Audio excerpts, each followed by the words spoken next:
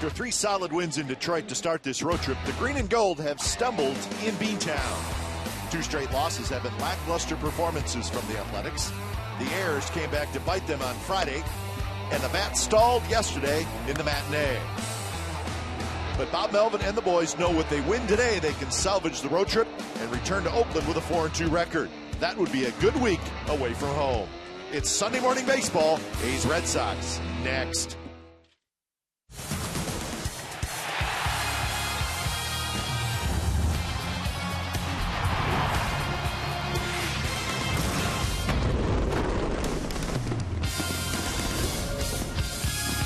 We have bright blue skies and lots of sunshine today in downtown Boston. We're at Fenway Park. Josh Reddick and the A's trying to salvage the final game of the series in the pitching matchup.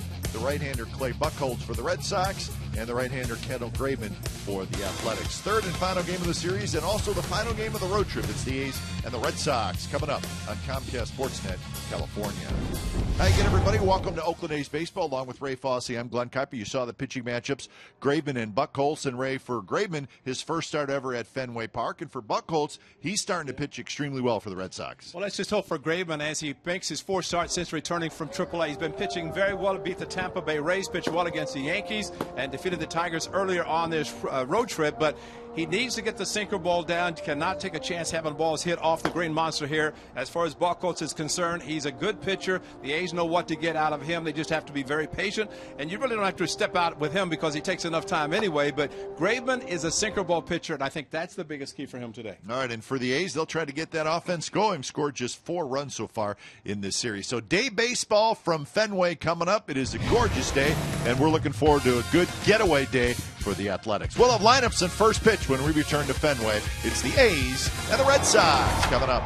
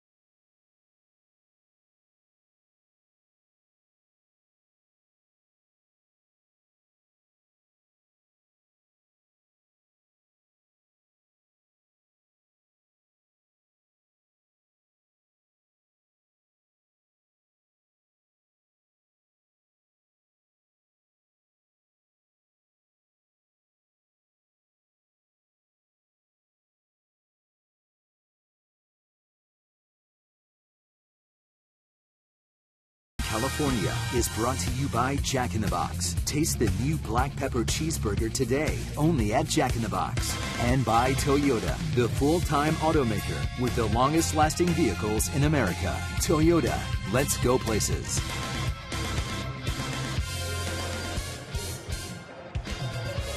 So big crowd on hand as we get set for the final game of the series, the A's and the Red Sox. Here's a look at the game time weather presented by the Santa Cruz Beach Boardwalk. Get to the beach. Admission-free boardwalk is now open daily. Lots of sunshine, and the temperature sitting at 64 degrees as we get set for first pitch. Clay Buchholz is ready to roll, and so are we.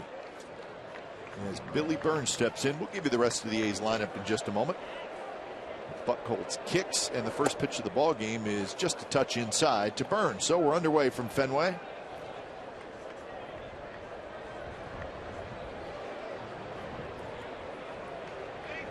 Sandoval way in on the grass for Burns. And there's a strike. 1-1 the count. A's have lost the first 2 games of the series by identical scores, 4-2. And Billy Burns has already seen more pitches in this one at bat than he's seen the whole series. But that's good because he's a little bit more patient, but trying to get a pitch that he can hit. Slaps that one foul. It was a changeup, and the count 1-2. So the crowd still filing in. There's your umpires. Bob Davidson calling balls and strikes. David Rackley at first, Clint Fagan at second, and that's Hunter Wendelstedt, the crew chief. He's down at third. Burns taps it slowly towards Sandoval, who is still playing in, fires across, and they just get Burns for the first out. All right, here's the A's lineup. You saw Burns. After Burns, it's Simeon, Vogt, Butler. Vogt's going to play first base today. And then Reddick, Laurie, Canna. Canna will be in left, Fegley, and Sogard. 3 different types of fastballs for this right-hander. 2 and 4 seam plus a cutter, and of course a curveball, as well as a changeup. He will throw the split-finger fastball. So a great assortment of pitches. He has pitched well against the Athletics at his home park here at Fenway. But against the Western Division teams, not as well. But this is the series finale. But he's trying to avoid a sweep by the Red Sox and really make this a very good road trip. 0-1 to Simeon, hitting .279 with 6 home runs and 16 RBIs. Hits this one high down the left field line, headed for the upper deck, and foul. So a quick 0-2 to Marcus Simeon, with Vogt to follow here in the top of the first.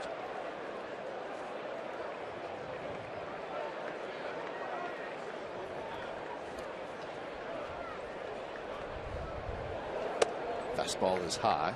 Simeon is 2 for 6 in the series. He's walked once and he's struck out 3 times. In a little bit of a slump. 10 hits in his last 54 at bats. That's a 185 average.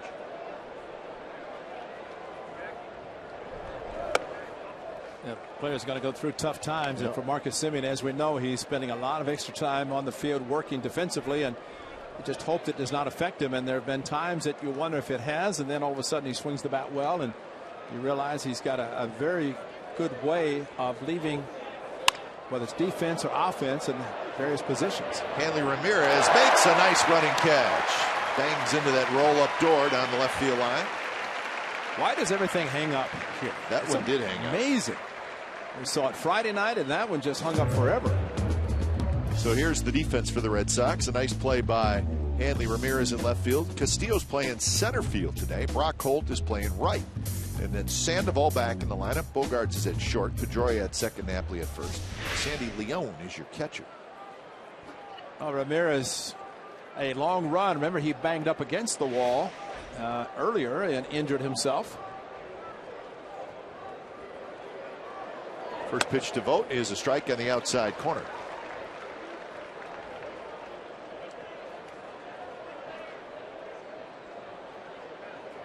Ramirez did that earlier this year and hurt his shoulder a little bit.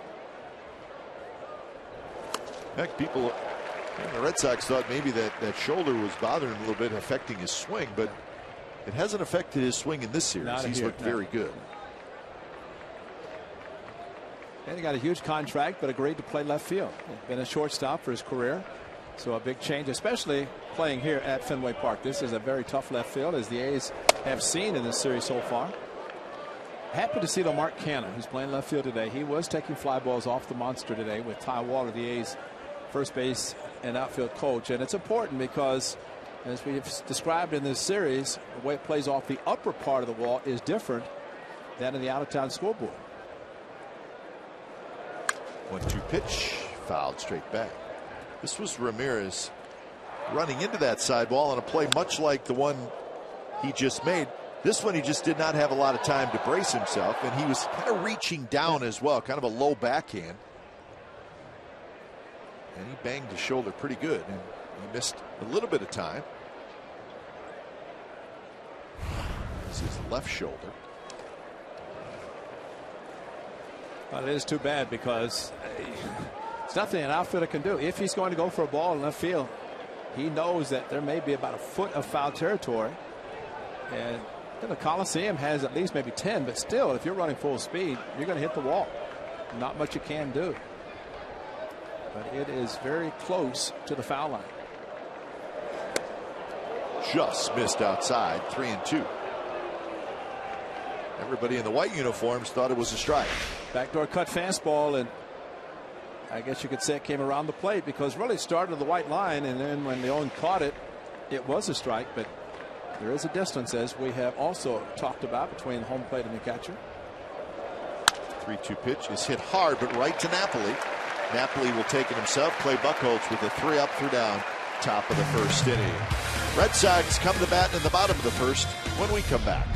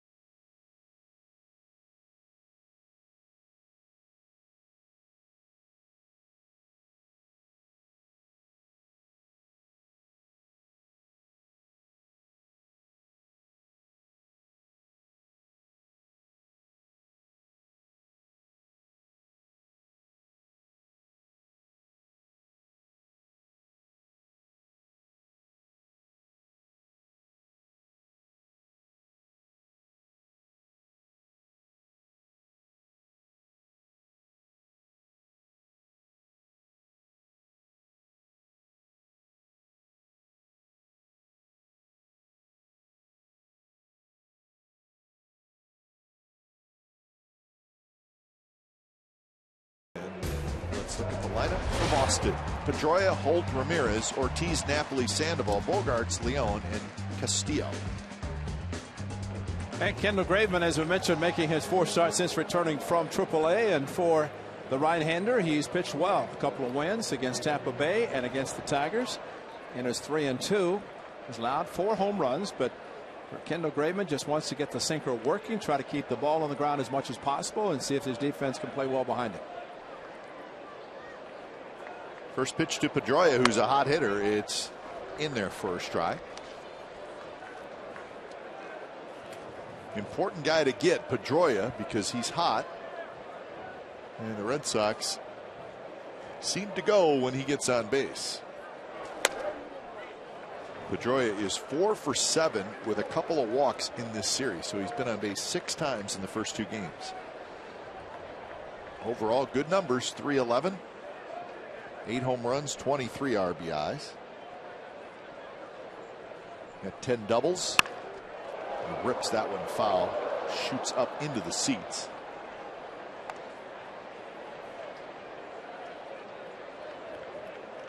And we should say, Ray, the lady that got hit on Friday night is in stable, or is in serious condition, but stable condition, and according to the reports coming from the hospital, she is going to make it, but she is still in serious condition.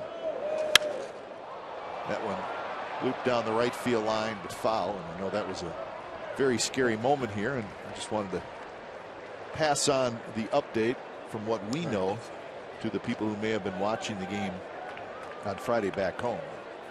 Still serious condition, but the good news is it sounds like she's going to make it.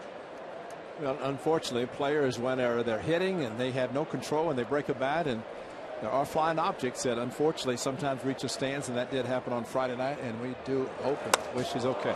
Swing and a miss. Pedroia strikes out to start the bottom of the first, 1 away. Here's the defense for the Athletics. Mark Canha is going to try to wrestle with left field here at Fenway Park. Billy Burns in center, Reddick in right. Laurie, Simeon, Sogard, and Vogt on the infield with Fegley doing the catching.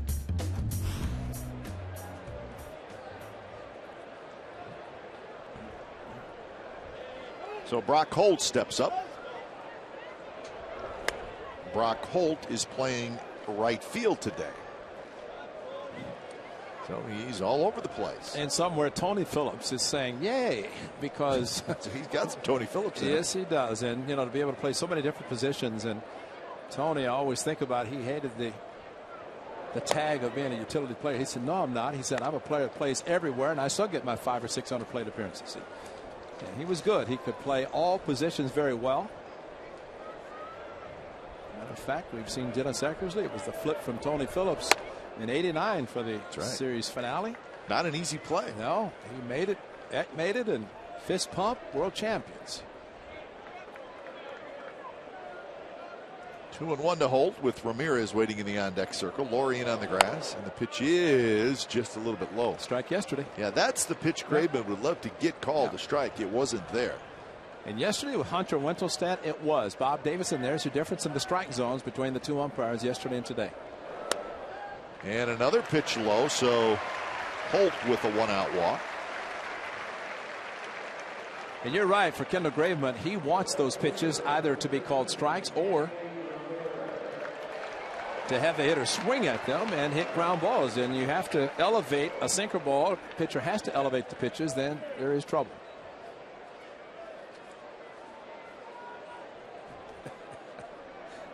So here is Hanley Ramirez. Everything slows down with him. Now we're giving Hanley a hard time in this series. Let's make sure everybody understands that. He's a terrific player, and we have a lot of respect for that. Holt takes off. Vogt's throw is right there, and he's out. A perfect throw, actually. Fegley, excuse me. Vogt said first, but what a throw by Fegley. It's almost like a deke. It's almost like, I'm going to drop the ball, and you're going to take off, and I'm going to throw you out. But kept the ball close, and Holt trying to get a secondary lead. The ball carried off Ramirez right to Fegley, and what a bullet to second base. And actually, the hitter helped, but the strong throw, what a perfect throw by Fegley. And that is not a caught stealing. Tried to backhand the ball. Unfortunately, when it hit off Ramirez, stayed close, picked it up, and fired a bullet to second base. And that one is lined down the left field line. Fair ball. Canha chases it down. He'll pick it up, and Hanley Ramirez with a 2-out double. So Ramirez is a hot hitter right now, so you're going to have to be careful with him.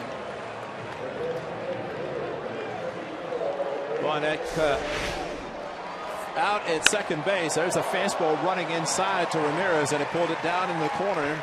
And you get a shot here to see the ball hitting down in the corner. And that's the very little foul territory actually hit in the roll-up door area.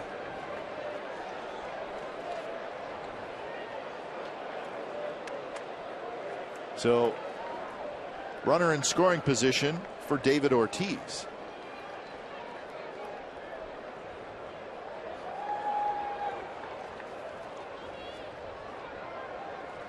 First pitch to Ortiz is right there, first strike. Ortiz did not play on Friday night. Yesterday he was 1 for 4. He knocked in a run with a double. And that double off the left field wall, and it was vintage. Yeah, David Ortiz. And left-handed hitters in general at Fenway. And I mentioned Wade Boggs yesterday using the left field wall, but he also won a lot of batting championships because the foul territory here is so little. He would wait at the last instant, foul balls, and keep getting extra swings.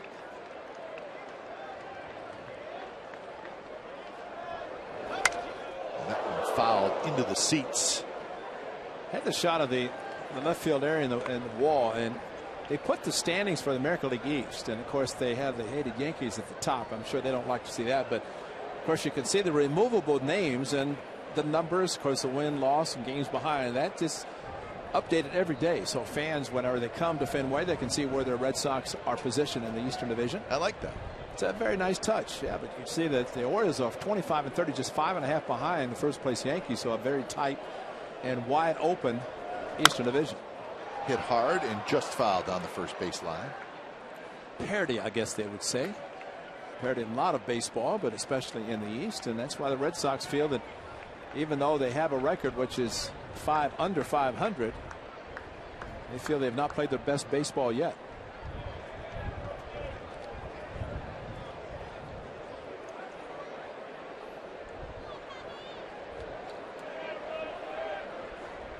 So 1-2, Ramirez, his lead. Check. And they're going to check, and he went around. And they checked with Hunter Wendelstedt. And David Ortiz turns around, heads back. So Graveman gets a big strikeout. And Ramirez is stranded at second. No score for Boston after one.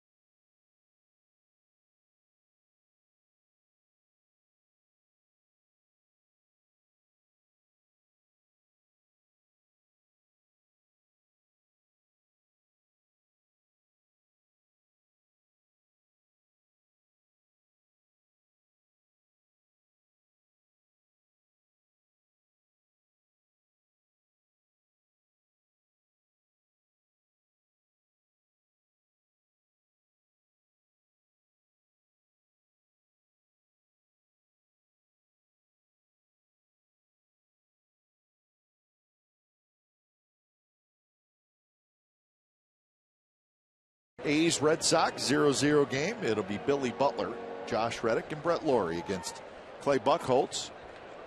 Buchholz had a 3-up, 3-down first inning, couple of ground ball outs. Talked in the open of our show about how well Buchholz is pitching lately. Last 4 starts, Ray, 5 earned runs in 30 2/3 innings. That's an ERA of under 1.5. And I think with the ball up the middle, and that's going to get into center field. Butler has a leadoff single. And I think with the way the Red Sox rotation is put together, they're looking for anybody to lead. That's right. Because they don't have really like a #1 guy like a Lester last year before he was traded. That's a good point. Here's a case, and you can see the difference of where the pitch was supposed to be thrown and where it was. The defense shading him to pull the pitch that was supposed to be inside, and instead Buchholz left the ball in the middle of the plate, and Butler took it right back up the middle. And good to see Billy Butler get the base hit, even though it's a single up the middle. It's a good start for him. Here's Reddick. Off speed, drops in first strike. The Red Sox basically, when you look at last year to this year, remember last year they traded Lester, they traded Lackey, and they traded Jake Peavy. That's right. So they traded 60% of their rotation near the trade deadline last year. And this year they've, losing those 3, they've filled those 3 spots with Porcello, Miley, and Masterson. So, I mean, I think if you just look at the names, I mean, all good pitchers, but I think the fact that there's not a Lester, that #1 guy, I think that hurts the Red Sox. Absolutely, and they could have paid the money to sign him. I mean, what he got with the Cubs, he could have very easily gotten here. Rolled foul. Masterson looks like he's going to go to the bullpen when he does come back, because they do have 6 starters, and somebody's going to be the odd man out. Masterson has not pitched well. No. And remember, he was in the bullpen of the Red Sox before he was traded to Cleveland. They made him a starter. He came back to the Red Sox as a starting pitcher. John Farrell, former pitcher and manager for the Red Sox in his 3rd season, handling the chores of the Boston media extremely well. What a chore, man. That is, I feel for him. I think he gets a little sick of it, although he handles it well. In fact, there's another low fastball, and Buckos wanted it, and Bob Davidson would not give it, as he did not to Kendall Graveman. So he's consistent, at least so far in this game.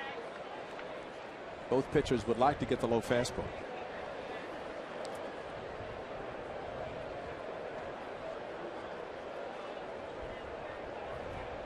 Two pitch to Reddick, a little bit high. But the Red Sox rotation has a young man by the name of Eduardo Rodriguez, a left-hander, who the Red Sox are thrilled with. Now, he's only made a couple starts, but they think he's got a chance to be really, really good. He's not seeing him in this series.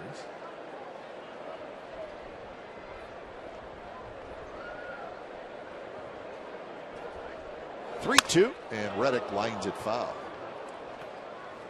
Joe Kelly, another guy who's trying to fill out this rotation. He may have saved his spot yesterday.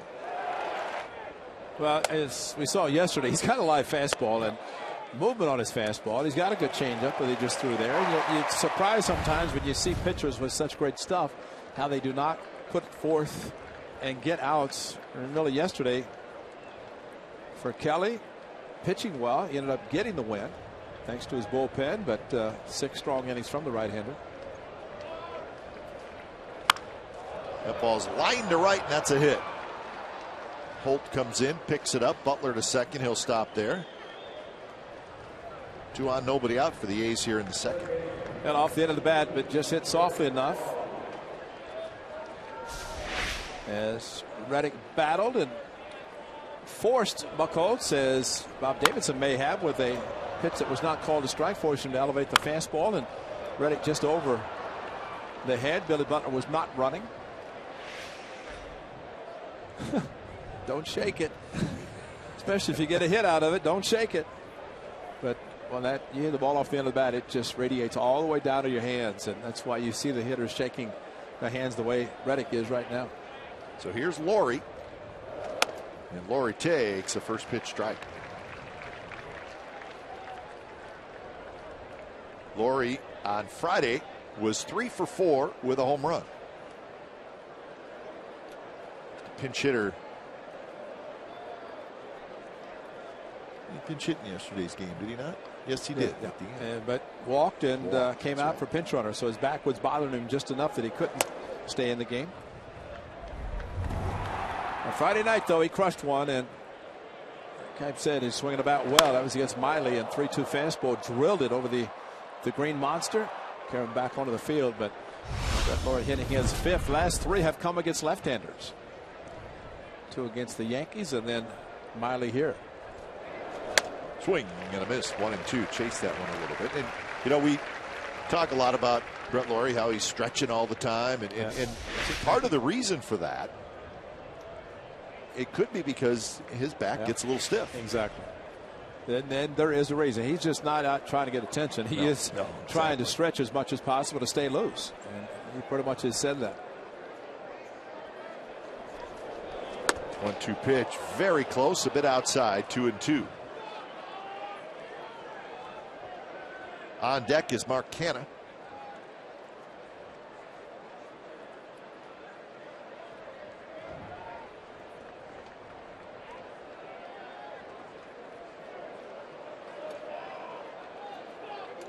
Laurie slightly open stance, waits, and he taps it towards Sandoval, who charges. He'll throw to first, and they just got Laurie for the first out. but a productive out. Both runners move up for Canha. Yeah, Mark Canha yesterday, a nice easy swing on a fastball. On a 3-2 pitch again, Ogando, and he just crushed it. Found out how nice it is to hit one over the green monster, and he didn't try. That's the important thing. But you're right about the productive out. As Mark Canha hits the start in left field today, but for Brett Lawrie, Sandoval had to hurry because he just barely got Lawrie, who was hustling down the line very, very well.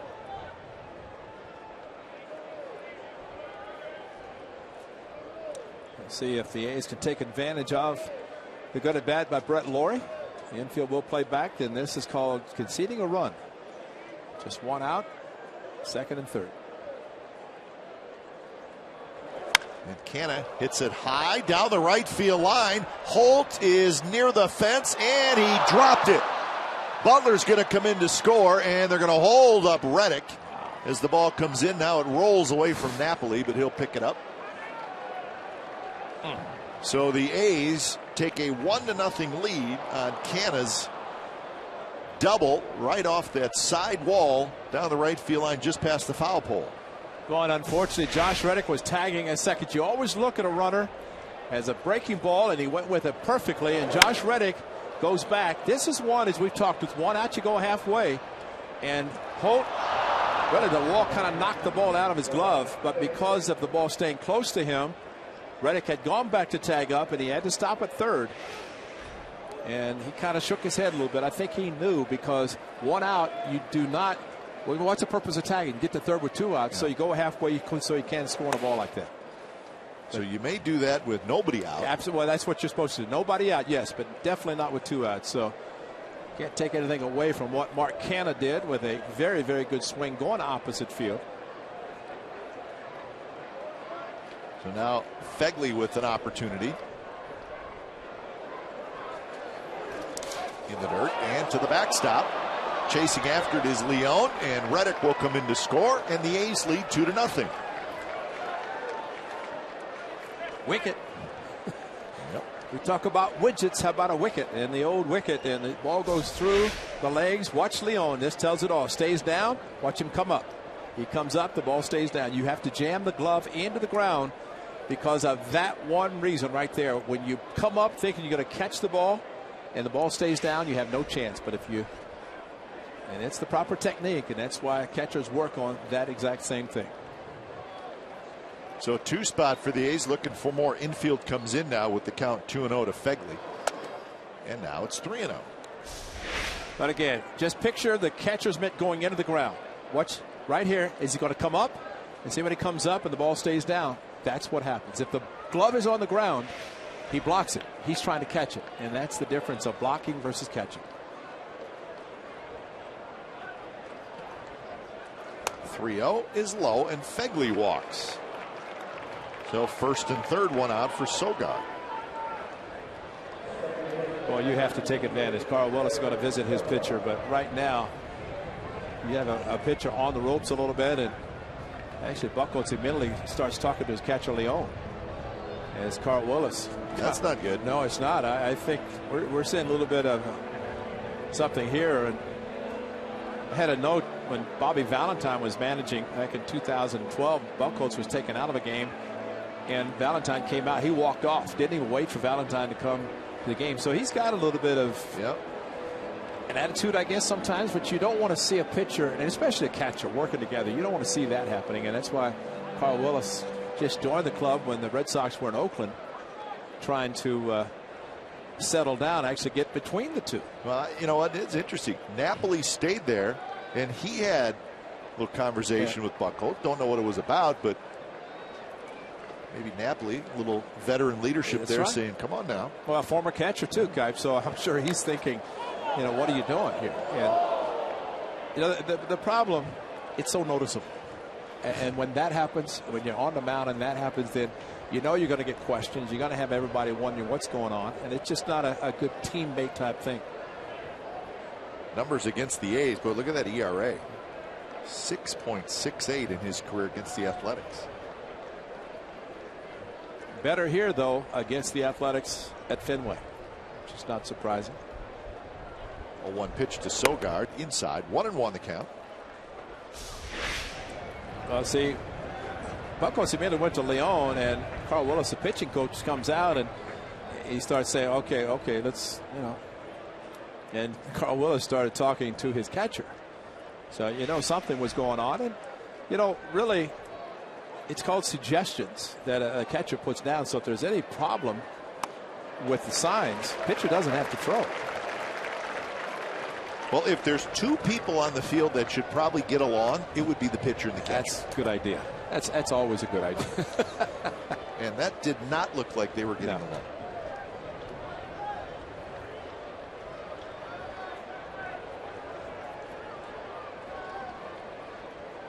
One and two, first and third, one out. And Sogard, base hit right field. Canna comes in to score, and it's now 3-0 the A's lead. Fegley just gets back at second base. Well, Eric Sogard, I mean, he tried to bunt first pitch to get the runner in. Then he gets behind with a couple of strikes. Watch him pull open. Look at the location by Leon. Watch what Sogard does. Opens up and a bullet to right field. That's great hitting because he recognized the pitch, staying back, kind of protecting, and then just opened up the hips and quickly turned on a fastball inside. So RBI number 13 for Sogard. That's 4 hits in the inning. Still only 1 out for Burns. And Burns out in front lofts it high and foul behind the Red Sox dugout, well up behind the dugout. Okay, just thinking about this inning and even going back to Billy Butler, the first hitter. Buchholz is not necessarily hitting his target. So while Leon called the fastball in, he threw the ball down the middle. Yeah. So, I mean, it's one thing to have an idea where you're throwing the ball, but if you don't throw it there, you're really kind of putting the mistake on yourself. Burns, it's jammed a little bit, pops this one foul. So the count 0-2.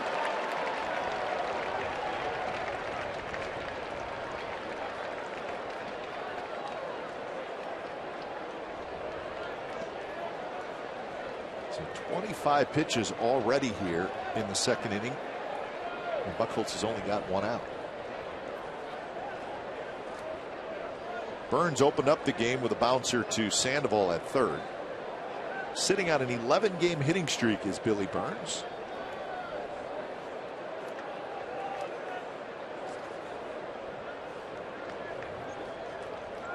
So now they're going to meet.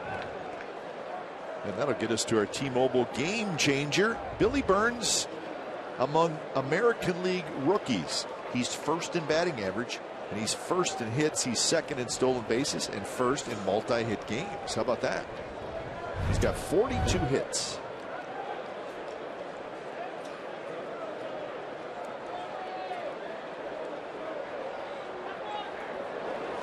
Burns swings and misses. So Buchholz gets a big strikeout there. I don't think that pitch was where he wanted it. It was an off-speed pitch, but it was up. And Burns just kind of slashed. Remember, he's originally a right-handed hitter and became a lefty once he got in pro ball. So really kind of the Ichiro approach, just slap and run, but could not make contact. Marcus Semien hit a fly ball to left field. His first at bat. A little bit outside.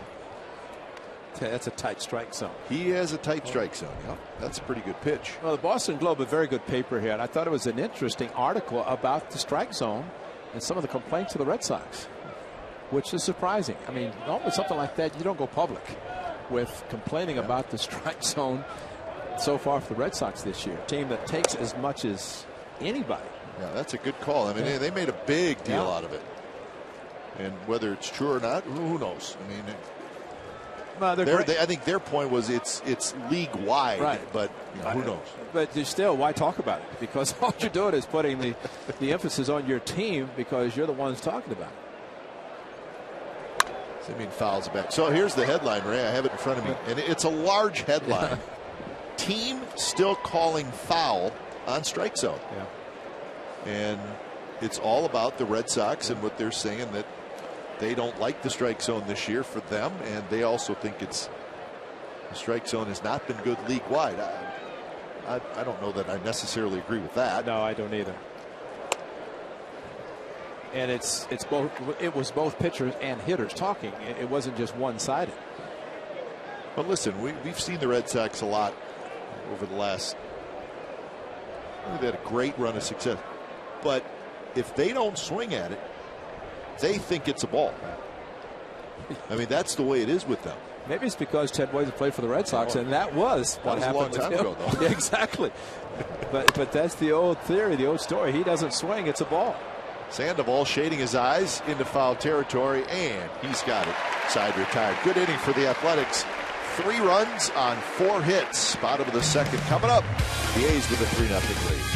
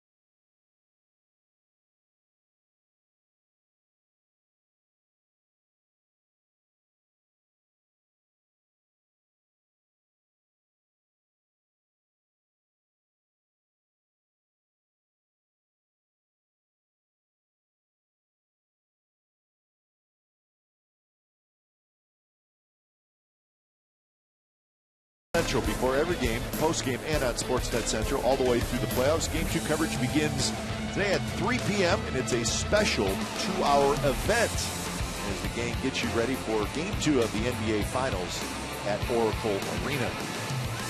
So unfortunately, that game is going to be going on exactly the same time we're in the air flying. So I hope your internet is working, Ray, so I can tap you on the shoulder and say, give me an update on the score.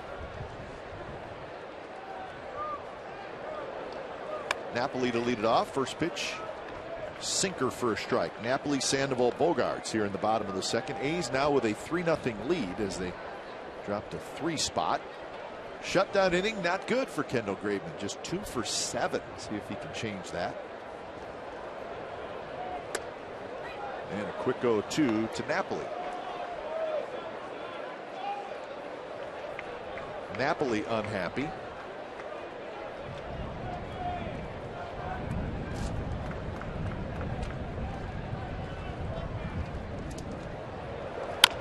Two pitches tapped slowly. Laurie flips to first, and that's out number 1. That's range. Yeah, he's got Brett Laurie's got some range, and we look at a big play yesterday, and against Max Muncy, but a ball that he was not able to get to. Brett Laurie, he cuts in front. I mean, he is aggressive. Talk about a first step in the outfield. Brett Laurie does it at third base, and if they had away from Marcus Semien, the ball so slowly hit that he was not going to be able to get to the ball and probably throw out Napoli, who is not that fast anyway. So Brett Laurie taking charge at third base. So here's Sandoval. Our first look at Sandoval in this series. He sat out Friday and yesterday. He's really been struggling. The average down to 239. Funny though, Ray, I watched him take batting practice the other day, and he probably hit 20 to 25 balls on a line off the Green Monster.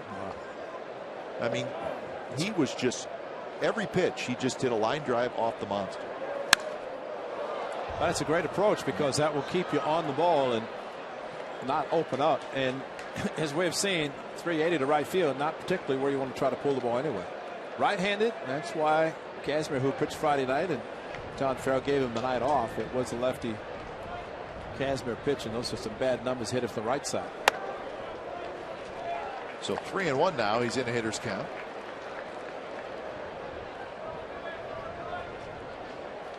Chili Davis, first season as the Red Sox hitting coach. He had been with Pawtucket, the AAA team, before he took the job with the Athletics. Sandoval lines one into the seats, foul. So he's familiar with this Red Sox organization, so it wasn't like he was going someplace new. Last 3 seasons for Chili. I said, where are you living here? He said, I walk to the park. That close. So it's good for guys who spend so much time at the park. It's best just to start walking and get a little exercise and get to the yard early. It's a good walking city. Lots to see.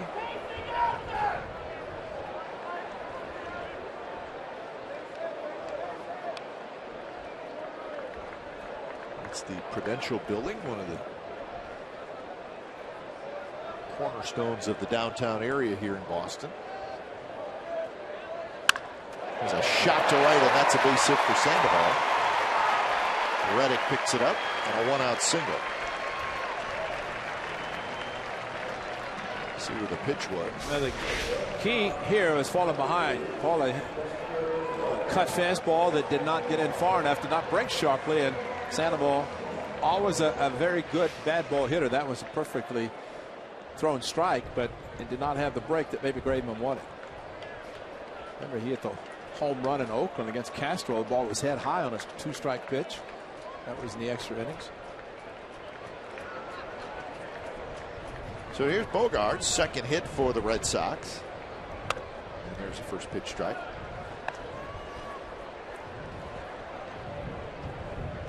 Bogaerts hitting .297, 2 home runs, and 19 RBIs. He's 2 for 7 in the series.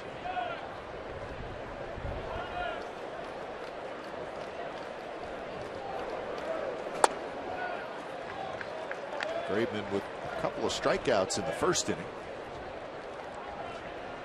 Not a big strikeout guy. In fact, coming into today, just 18 strikeouts in 34 innings, and I don't know that he'll ever be a big strikeout guy, but it doesn't have to be. As long as the sinker's working. That's it. Because right now, if he gets the right sinker hit the right place, it's a double play and he's back in the dugout and doesn't have to worry about striking anybody out. So there's the difference. Remember, his first 4 starts and then sent to the minor leagues. And the last 3 starts since coming back from the minor leagues, everything's been better. More ground balls, which is the key for him. And he gets a strikeout there on a ball that was diving down and in. Bogaerts. Well, he had the movement, didn't get the ground ball, but just as effective a pitch that was running down and in out of the strike zone. But it looked good to Bogaerts as it approached the plate and then disappeared, almost hit him in the back leg. As Bogaerts no chance to make contact. It's funny, you notice a sinker ball pitcher. They'll throw sinker, sinker, sinker. And then every once in a while they'll have one that just explodes like that. And they'll get a strikeout with it. And that's a fair ball. Past a diving Stephen Vogt off the side wall by Leon. Sandoval is to third. He'll stop there. And Leon into second with a double. I don't know how that ball was fair, but David Rackley said it was. Vogt made a dive for it. Well, Stephen Vogt had just come off the bag, and he actually fell into foul territory. Rackley almost looked like he was looking where the ball landed. And, of course, it's where it crosses the bag. Get some help from the first base coach. And, again, that's a play, and this is not a criticism of the umpire, but you just have to guess. That's right. There's no way to know if the ball goes right over the bag. Or, I mean, it's happening so fast.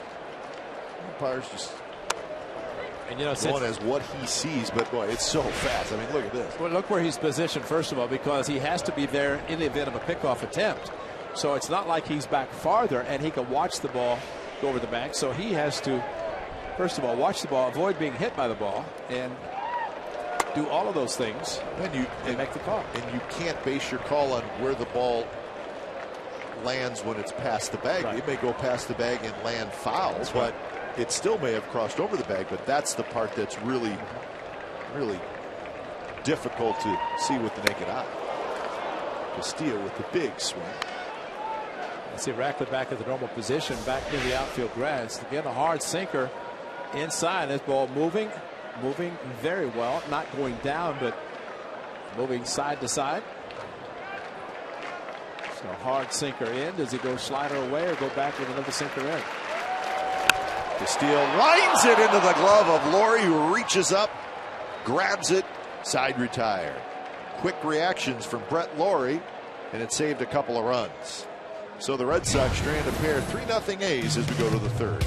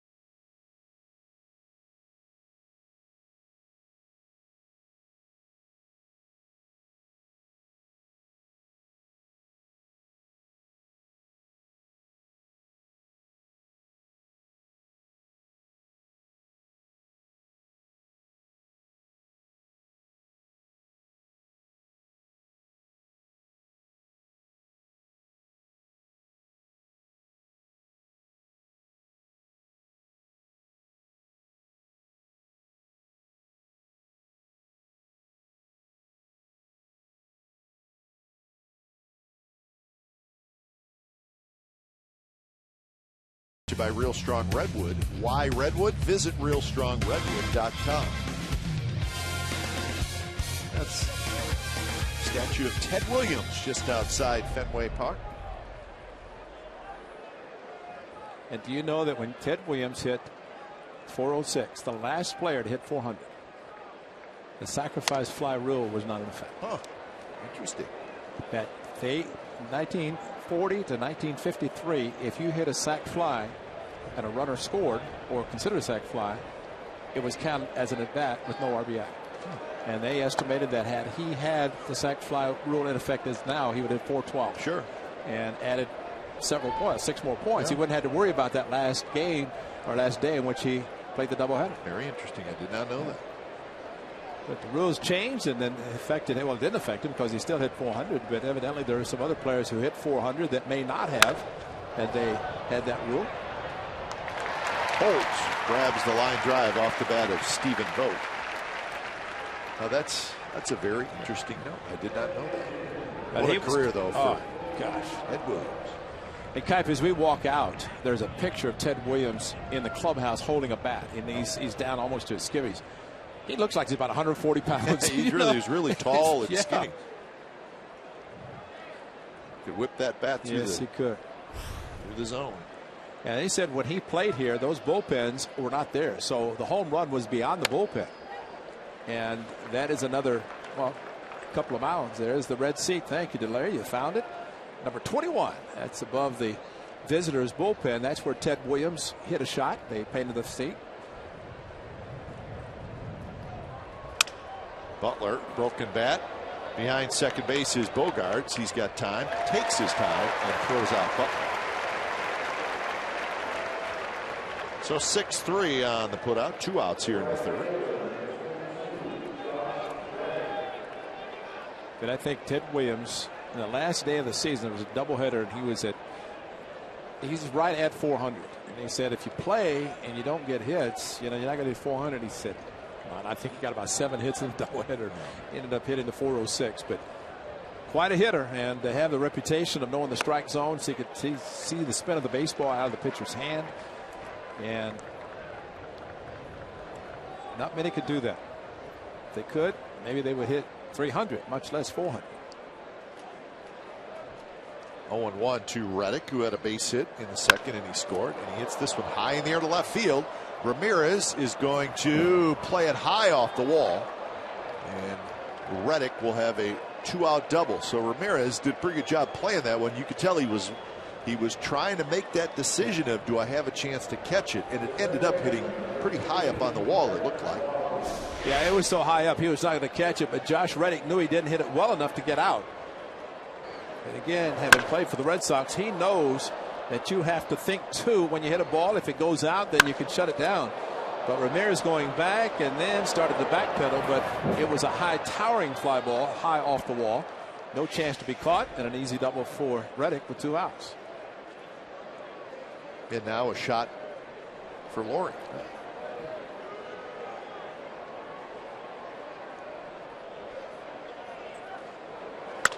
And Laurie lines one foul. But Ted Williams, another one of those great Hall of Fame players who never won a world championship. That's right.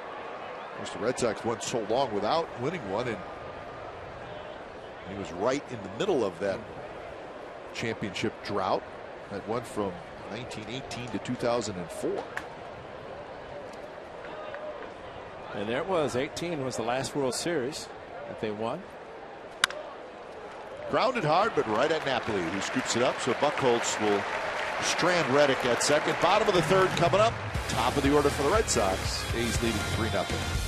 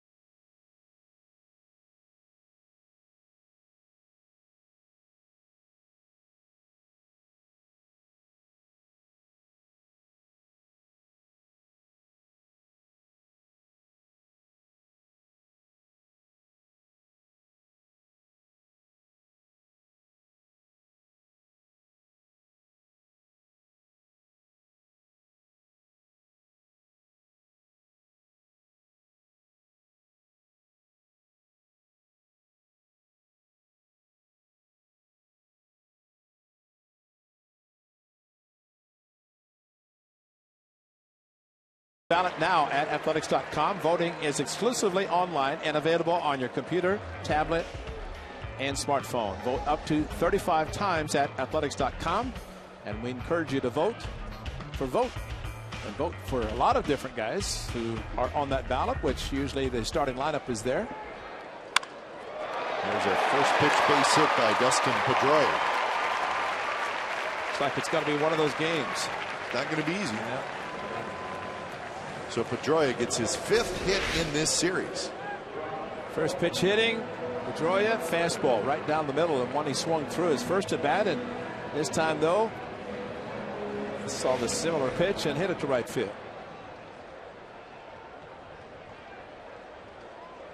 So 4 hits now for the Red Sox as Brock Holt steps up.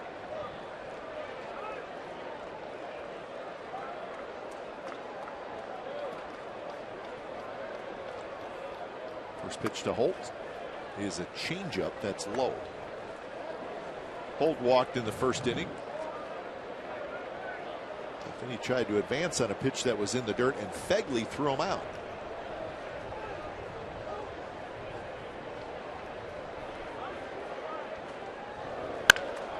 Base hit center field.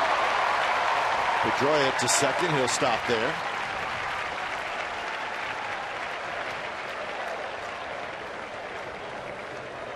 Graveman had 2 base runners in the first inning. He had 2 base runners in the second inning. 2 base runners here in the third. Well, he's not really getting the sink going down. It's the movement side to side, as we saw earlier on some of the right-handed hitters. And if he gets the sinker, really almost like a split going down, get the hitter to hit on top of the ball instead of line drives, which both Pedroia and Holt have done. If I talked to Brian Butterfield, third base coach, and I said, why are you positioned where you are? And he said, you see where Hanley Ramirez, how hard he can hit the ball? He said, I don't want to get hit. And so he's a little bit more on the grass now than we saw him Friday night when he was over talking to some of the fans. He was so close to the side rail. See where he is there. But he said Mike Scioscia, as Bob Melvin, you know, really it's tough for the manager to see through him, the catcher. And Scioscia yelled at him and said, you're blocking me. And of course they had a little run in. Nah, it was all in fun. But with Ramirez swinging the bat, I really can't blame him because he's got his back to the hitter. Of course, coaches have to wear helmets now. Good infield coach, third base coach.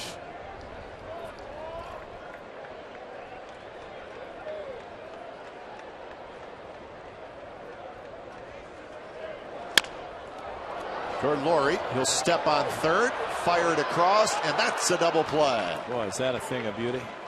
So 5-3 and a big double play. Well, Brett Laurie, it's a matter of thinking, if the ball's hit to me, what do I do? Step on the bag, use the bag as kind of a push off, and strong throw to get Hanley Ramirez. And watch it, there's the push off, and really kind of works out to his benefit. Almost a low throw, but nice stretch by Stephen Vogt. And handles the low throw from Brett Laurie, and they get a nice double play. That's huge. So here's Ortiz. Holt now at second base.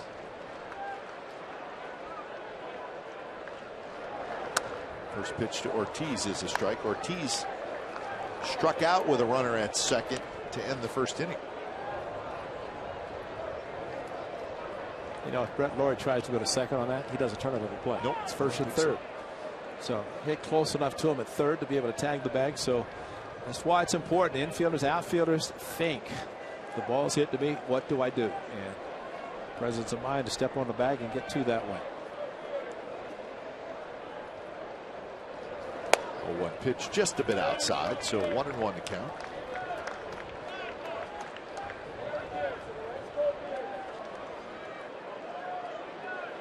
Where will Holt play tomorrow or Tuesday when they go to Baltimore? Kids everywhere, like you said. I think there was a great note where he pointed out how many positions he had played. Yeah, he's all over. Yeah. Victorino, of course, on the disabled list. So that opens up a little playing time in the outfield for somebody.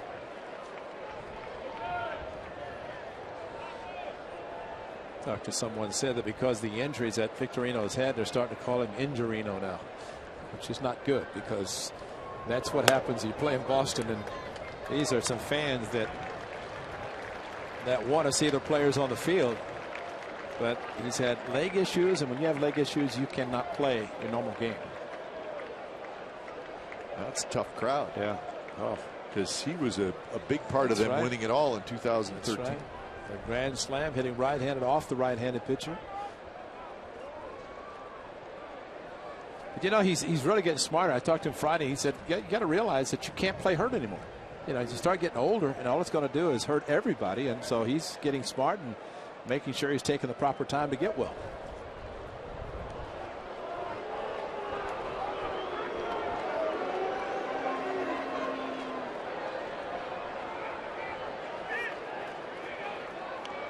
So 3-1 the count to Ortiz.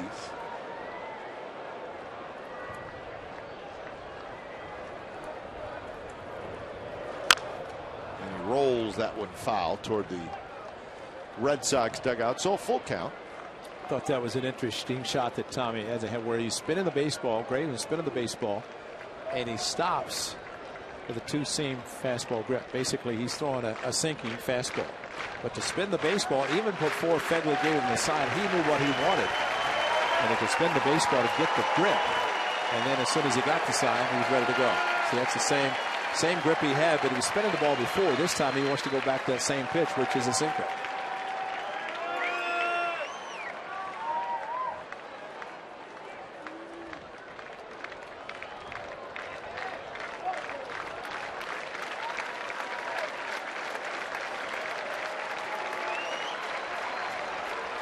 So Graveman's ready. 3-2 pitch is a little bit inside off the glove of Fegley. So Ortiz walks and Holt is going to go to third. So first and third. Here's our true story brought to you by McDonald's. All-time Boston Red Sox home run leaders. Of course, Ted Williams at 521. Kyle Yastrzemski at 452. And David Ortiz, 414 home runs with the Red Sox. Some great names on that list. Rico Petrocelli. Now the total number for Ortiz is 472. One away from Carlos Delgado. So Graveman trying to get out of another jam. He's been weaving in and out of trouble for the first 3 innings. Swing and a miss. Walk to Ortiz, the second walk issued by Graveman in this game.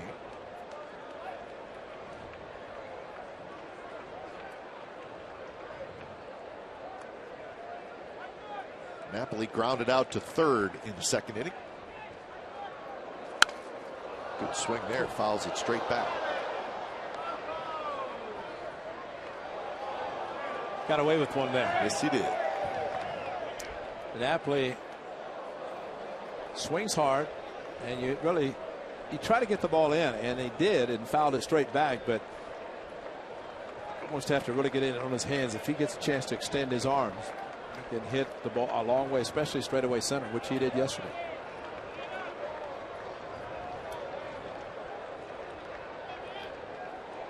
Graveman, the delivery, and with the runner going, Napoli strikes out, side retired. So when it's all said and done, the Red Sox do not score.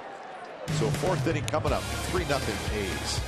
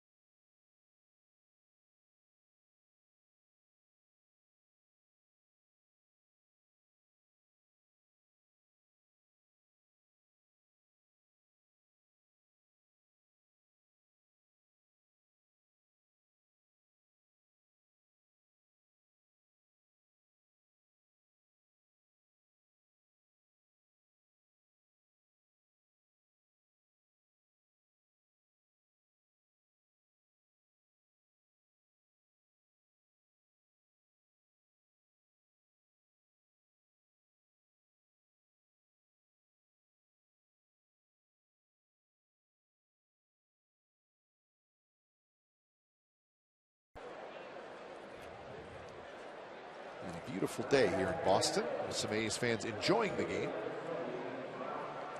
He's surrounded, though. It's probably on the bucket list of a lot of people, don't you think? So, Fenway Park. As it should be. Yeah. Some people like to see every Major League park. And, of course, for a lot of new ones, they can see a bunch because they can see the older ones, then they become new ones. And players have lists of, well, at least some players that have played in a lot of different parks. They make note of it.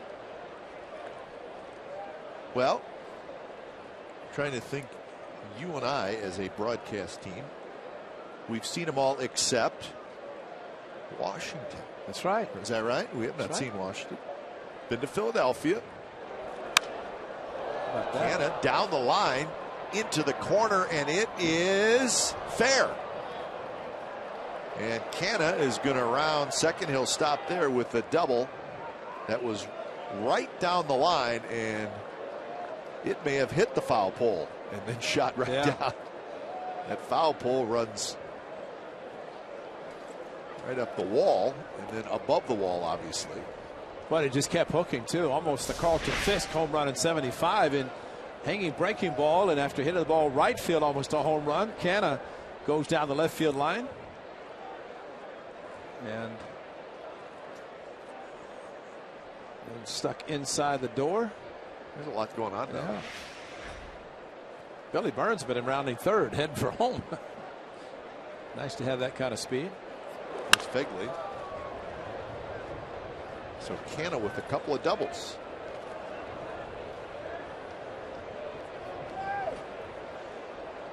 So 2 today, 6 for the year for Mark Canna. One to right field was almost a home run. Not able to be handled by Holt, who's in right field today.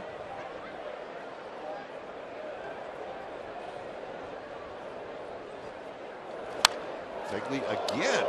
A shot right above the Red Sox dugout.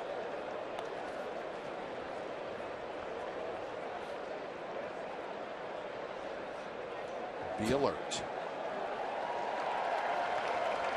Foul balls and bats hurt. I would say I agree. Serious.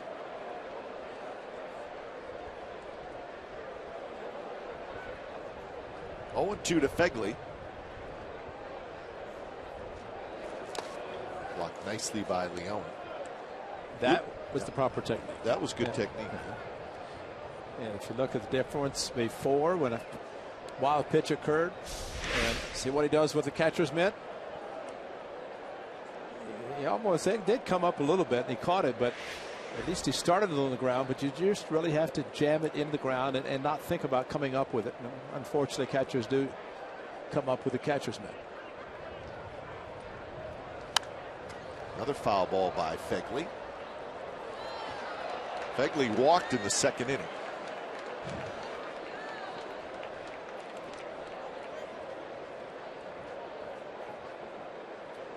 Leone getting the job of catching today. Blake Swihart, who's caught the first couple of games, gets the afternoon off. John Farrell very pleased with Swihart, as we have seen him in Oakland and here, and said he was planning to go to the University of Texas to play the infield, but when he signed with the Red Sox, they said, you know, if we sign you, we're going to make you a catcher. So he goes from the infield to catcher once he's signed his professional contract. So he's not been catching that long. Swihart's been doing a very good job, though, in a short amount of time. Fegley hanging in there.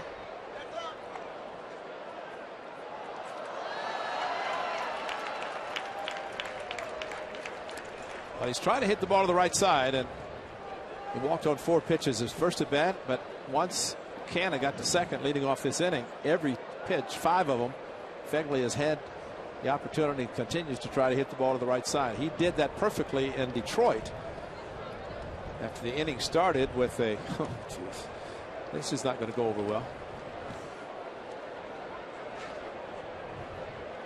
The Buckholz is telling him what he wants to throw, just add and subtract. I guess I'll keep saying that until pitchers actually start. You say that a lot, Ray, and I think you're probably correct, but nobody seems to listen to But me. if pitchers are going to call you out and tell you, the catcher, what he's going to call and throw, and then why not just say, I'm going to add, I'm going to subtract, and let's just move on. Another 1-2 fastball outside, so the count even at 2-2. Buchholz 64 pitches in the game. So really both pitchers have had a lot of base runners, but Graveman's been able to get out of jams. Buchholz gave up all 3 runs in the second inning.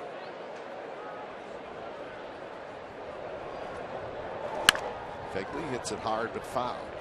Blue Jays are leading the Astros 3-2 in Toronto, top of the 6th inning. The Blue Jays are going for the sweep of the Astros.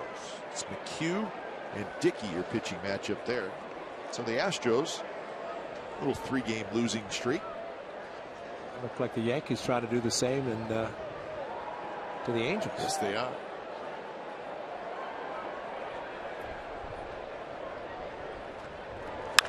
Two is hit well to left center field, and that one is off the monster.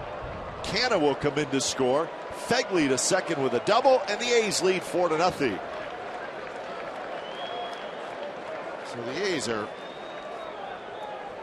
really getting some good swings off Clay Buchholz, who is not sharp today. Well, he finally got a fastball. Forget about hitting the ball to the right side. That ball tailed right into his wheelhouse. And but Josh Fegley, very strong, came close on Friday night, hitting a 2-run home run. Again, close this afternoon. And not much chance could be done. Canna able to recognize the way the ball was hit, and he saw that it was going to be up on the wall. He's going to be able to score easily. So Josh Fegley, a good afternoon, a walk and a run-scoring double. So 4 doubles in this game for the A's, and here's Sogard. Stephen Wright started some games for the Red Sox. He starts to loosen up. So 7 hits now for the A's.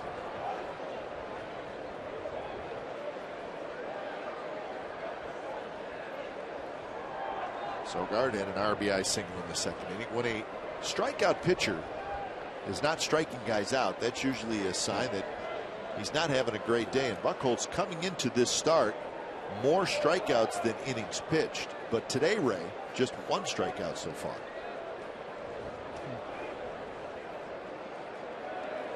And quite frankly, not a lot of swings and misses.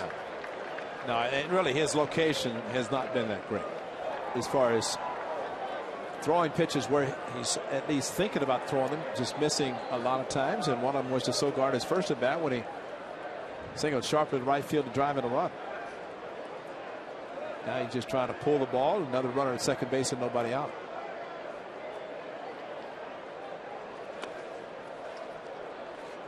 So 1-2 now to Sogard.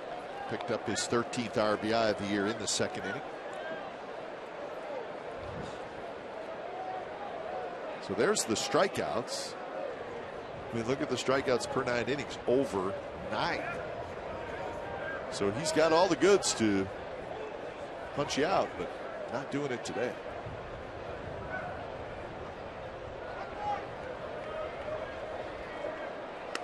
Outside, and the count 2-2.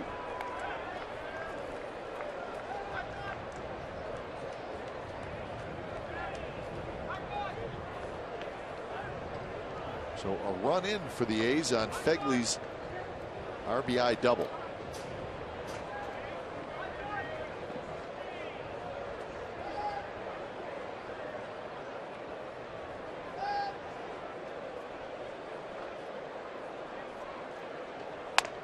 Missed again. So it was 0-2.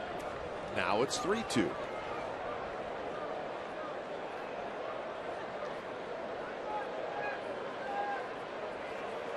Now the 3-ball counts. Melvin trying to get a win to salvage one and have a 4-2 road trip. And good pitching from his pitcher. Good hitting today also. Sogard hits it high and foul into the upper deck down the left field line.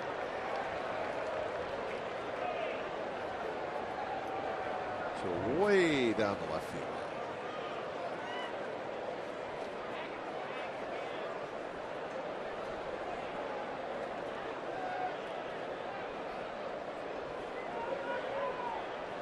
So Buchholz, a long inning already, and he's only faced 3 hitters. Sogard down the right field line, and it's going to be just into the seats. Well, you're throwing a changeup, 3-2. After starting to count 0-2 with the at bat. Sogard protecting as he usually does.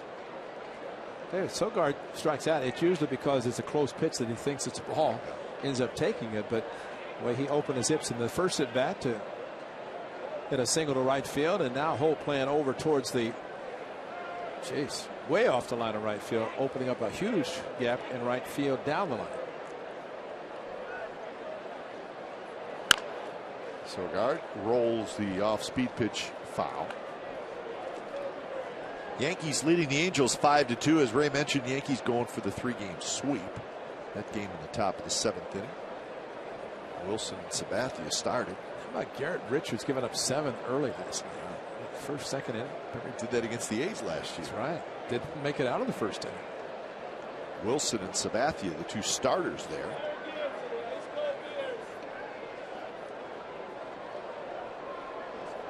Another 3-2 to Sogard. Here it is, and it's inside. He walked it. So Buck Holtz. You can tell he is just not right today.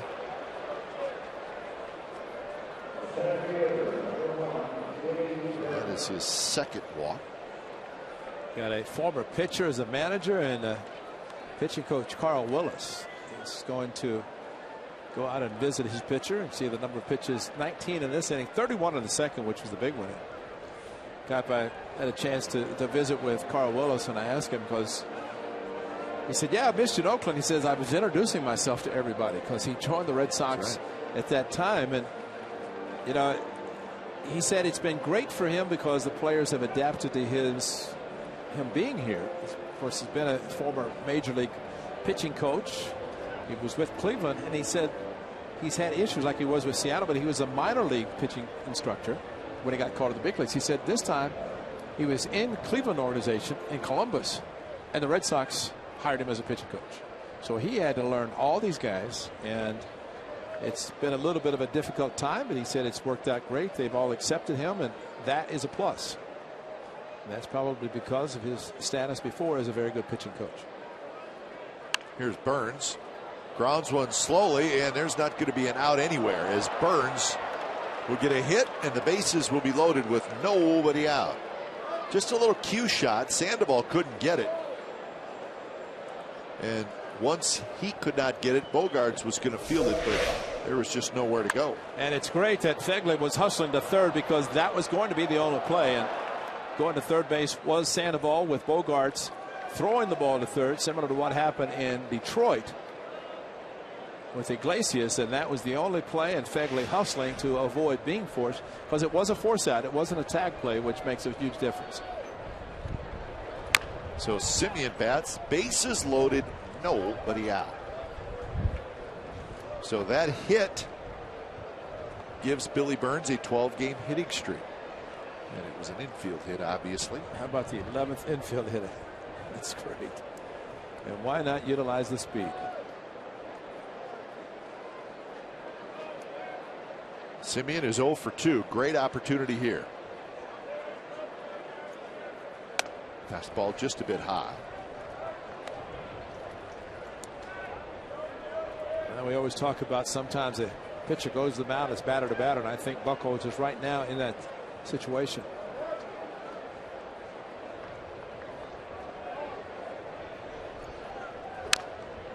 Semien rolls it foul. Uh-oh. Uh-oh.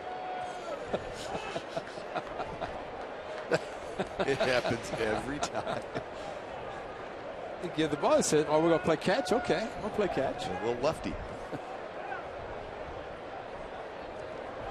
Swing and a miss. He struck him out. So Semien chased. So that's going to be one of those at-bats that'll just drive a hitter crazy. Struggling pitcher, bases loaded, nobody out. Well, you know, Cap, we were talking with the guys back in the studio, and this is an example. This is where Marcus Semien, in time, he's going to take these at-bats, and he's already had a few, and it seems like the last couple of weeks there have been times where, you know, he could come up with a big hit, and it's experience. You gain the experience of being in those situations, bases loaded. You're not going to swing at a breaking ball out of the strike zone, and it's just going to take time. It's going to take the reps, as they call it, just getting a chance to go to the plate and come in those situations. Here's Vogt. Vogt waves at a changeup. Stephen Vogt is grounded out and lined out. He's 1 for his last 17.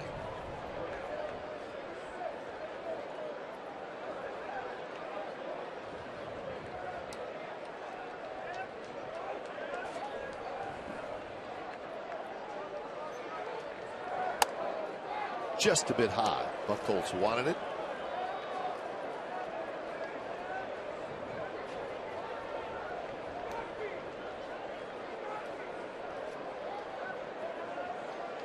So 82 pitches now for Clay Buchholz.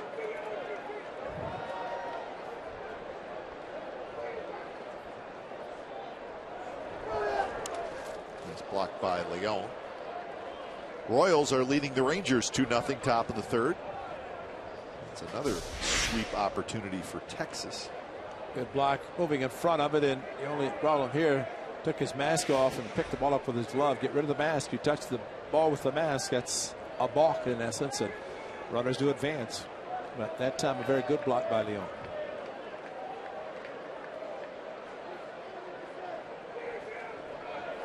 Swing and a miss. There's that same pitch. So Vogt must just not be seeing it well. Well, especially the changeup, and kind of geared, tried to stay back, and with that much of an off-speed pitch, that is something that Steven usually waits back and hits to the opposite field.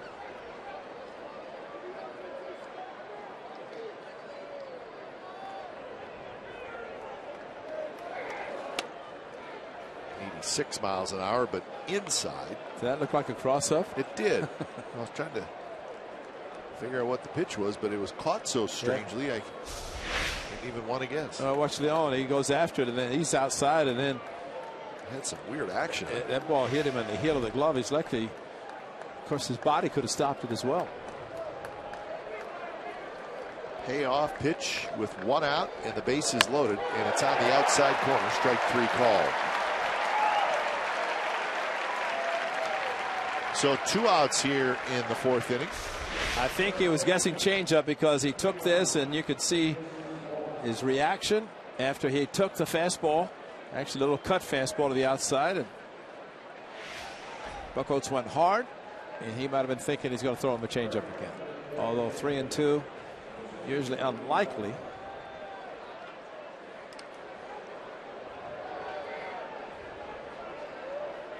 So now it's up to Butler. A's have scored once. And that one's tapped to Pedroia, who handles a tough in-between hop, side retired. Well, the A's get 1, but they're going to be disappointed. They have the bases loaded and nobody out. So 4-0 Athletics as we go to the bottom of the 4th.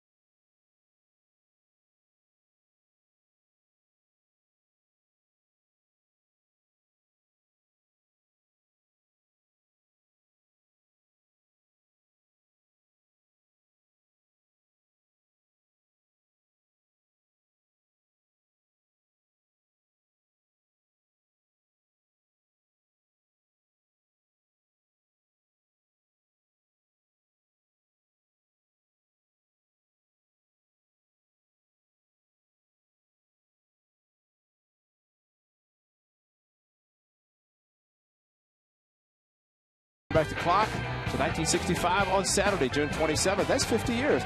The then KC A's club featured Bert Campaneris and John Blue Moon Odom, who will both throw out the game's ceremonial first pitches. 20,000 fans will receive a Charlie O throwback T-shirt presented by Ross, which depicts the iconic A's mule mascot from the 1960s and the 70s.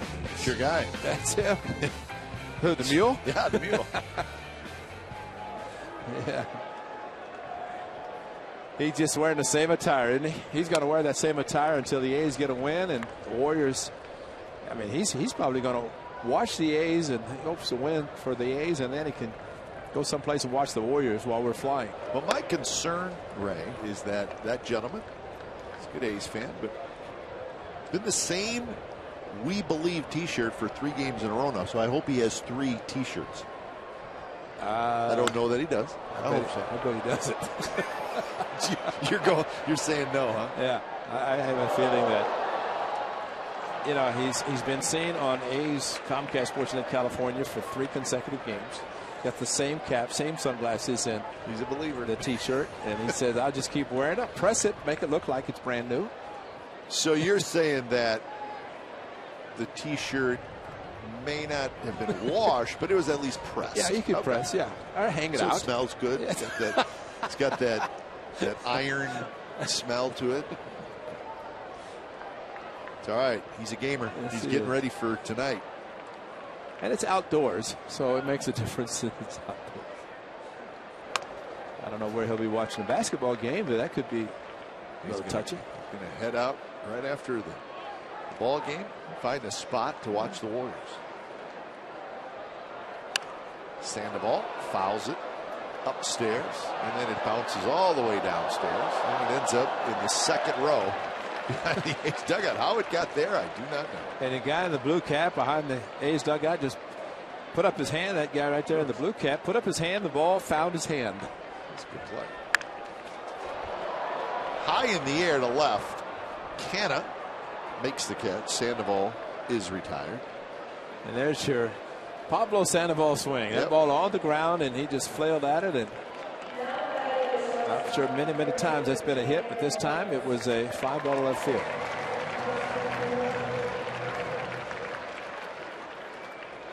So 1 out for Xander Bogaerts.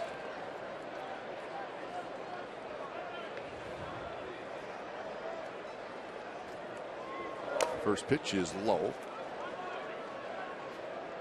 The Rays and the Mariners will wrap up their series a little bit later on this afternoon. Mariners finally got a win last night to break their 7-game losing streak. They won 2-1. Archer and Montgomery, the pitching matchup today. That's the 4th and final game of that series. You see who got the save last night for the Seattle Mariners? Carson Smith. Wow. Yeah. Fernando Roddy, who, boy, is really struggling this year. And they went with Carson Smith last night. That one's hit high in the air, and that'll be in the ballpark. Canna's right there.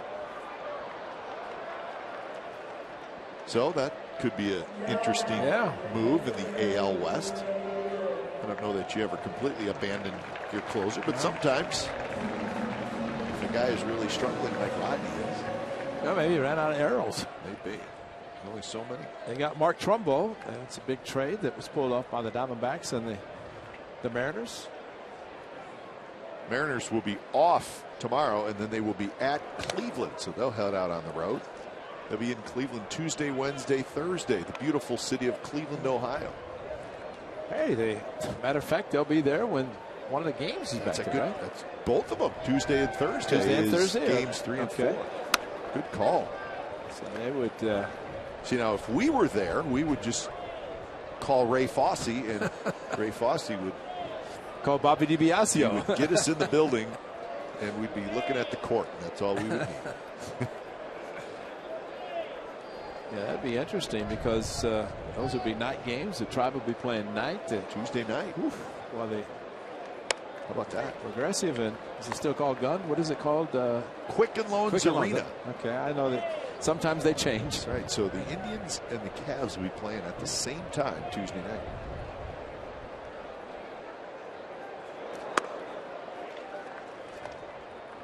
We went to Cavs playoff game. Celtics, a handful of years ago. They were playing the Celtics, so that was a lot of fun. We had a good time. That was when LeBron was there before he left and then came back. And that's the night LeBron James' mom wanted to get in a fight with Kevin Garnett under the basket. So Graveman has a good inning. Memory, man. His first 3 up, 3 down inning. And we're on to the 5th. 4-0. A's lead the Red Sox.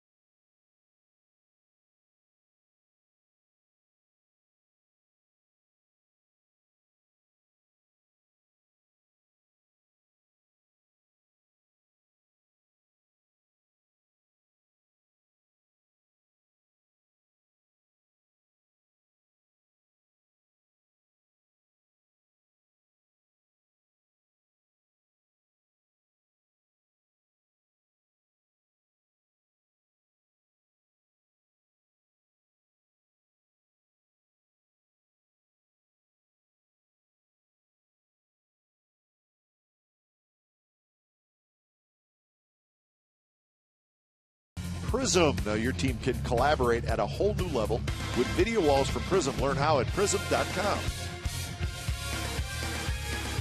We're at Fenway Park in Boston, wrapping up the road trip. A's swept the Tigers in Detroit. They're trying to salvage the final game of this series. If they can do it, they'll head home after a 4-2 trip, and that would be a good thing. Yes, it would be. It's a good start, and especially 2 very good teams and 2 tough venues, as they say. Comerica Park with the Tigers, and here at Fenway Park. Reddick leading things off. Reddick, Laurie, and Canna. A's are 23-35. So this is game number 59 on the season.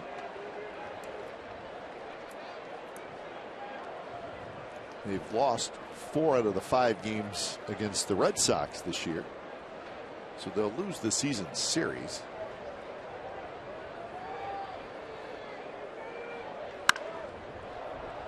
Another pop-up foul. And it's 0-2 to Reddick. Buchholz had a 31-pitch inning in the 4th inning. He also had a 31-pitch second inning. So he's had 90 pitches already. It's still probably batter to batter, and maybe the pitch count's going to get him before maybe his lack of success if it continues. I thought Graveman, though, when Graveman, he's had a chance to blow this game open, did not score after loading the bases. Even though scored 1 run, but Graveman got a 1-2-3 inning, which was huge for the A's to get the shutdown inning again. A couple today for Graveman. Reddick swings and misses at a pitch in the dirt. So 4 strikeouts for Clay Buchholz. Looks like he found an off-speed pitch. Well, he definitely did it to Vogt, and when you're hitting and those pitches come in like that and you see swings like this and you're saying, why are they doing that? Well, because it looks like a fastball, because the pitcher ideally throws his changeup like the fastball, and that's why you swing at the motion, and it's hard not to commit that early. Here's Laurie, who takes a fastball high. Yankees have added on to their lead. They now lead the Angels 6-2 in the top of the 8th inning in New York. Yankees going for the sweep. There's a drive to right. That's hit well. Holt going back, though, and boy, that shows you how big it is out there. That ball was hit hard, but Holt did not even have to get to the warning track. And really, you see some of the shots here, and we saw them in Detroit at Comerica Park the same way, and kind of visualize those same balls being hit at the Coliseum. And they're home runs, or at least off the wall. This one probably, I mean, that probably went 365 feet. And the Coliseum may be on the out-of-town scoreboard over it. Of course, the ball sometimes doesn't carry as well, but it's not carrying well here either. Ball really blowing from right to left, or the wind is. Off the chest of Sandoval, picks it up, and he's not going to make a throw. That ball was hit very hard, and took a tough little hop, and Sandoval knocked it down, but was not able to make a play, and we'll see what the ruling is. It may be an error, but that's not an easy play. You're right, hit hard, and the type of hop that he got, he did well to knock the ball down. He could have olayed it, had it go in the left field, and been an easy call for a base hit, but used his body, got in front of it, trying to take it, and took it off the chest. Base hit. Give him the hit. Canna will take it. He's 3 for 3. And I think, I don't know the official scores even consider it, but Sandoval's had a tough time. Maybe. And, Ramirez in left field. Sandoval accustomed to playing third, whereas Ramirez has been a shortstop, and he's learning left field. So they may be taking it easy. Yeah, if there's a close questionable, maybe they kind of side. I mean, pitchers don't like it because it becomes an earned run if he scores versus an error. But legitimately, that hard hit, at least he made an effort by getting his body in front of it. Yeah, Sandoval has made 4 errors in his last 4 games, but we've seen him enough to know that he's a good third baseman, but he's in a fielding slump.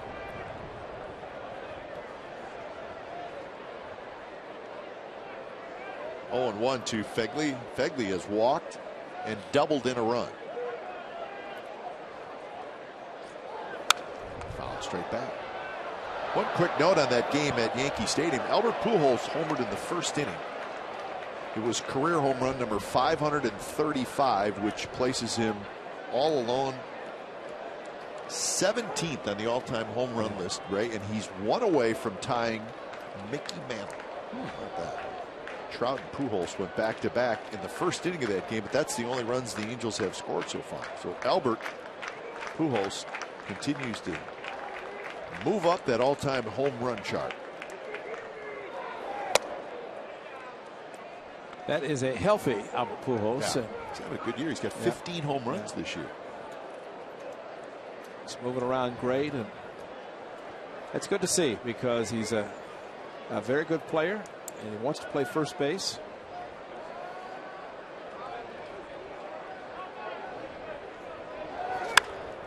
Fegley hits it high and foul down the right field line. Angels, though, have lost 4 in a row. The Yankees have won 5 in a row. Yankees in first place by a game and a half in the AL East.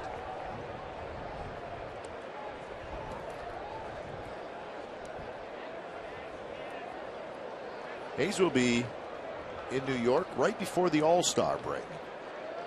The trip before the All-Star break. New York and Cleveland. Foul back off the catcher. So the count remains 1-2. Foul ball. Watch the mask of Leon. It jolted his neck a little bit.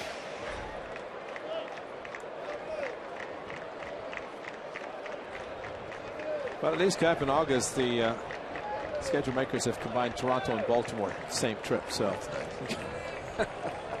so 4 East Coast trips this year. Just in Florida, now in Boston. We'll go back to New York, and then Toronto and Baltimore. At least we have the NL West. That helps. That's right. A little bit when it comes to traveling. Next year it will be the Central again. That's right. To the National League Central.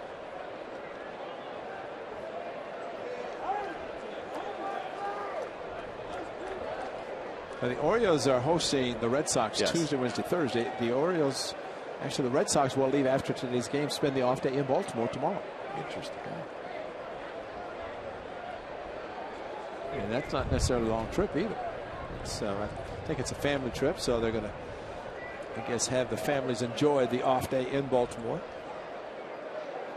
2-2 pitch is hit toward left. Ramirez on the run, and he's going to play it off the wall. It bounces high up in the air, and they're going to hold Canna at third. Fegley's having a terrific ball game. He's got his second double. Josh Phegley likes the Green Monster. Yeah. And we were waiting for this to happen. First 2 outs and then single double. A hard hit ball, very similar to what happened yesterday, that had to open up an inning for the Red Sox to score 2. A ball that was not handled at third base. Phegley got the front door cut fastball that, tell you, when he swings the bat, it's amazing. It looks like it's going to be caught. Then the ball jumps off his bat, as the triple in Detroit and the 2 today. So when it's time for change, think Speedy Oil Change and Tune Up, your oil change, tune up, and repair experts.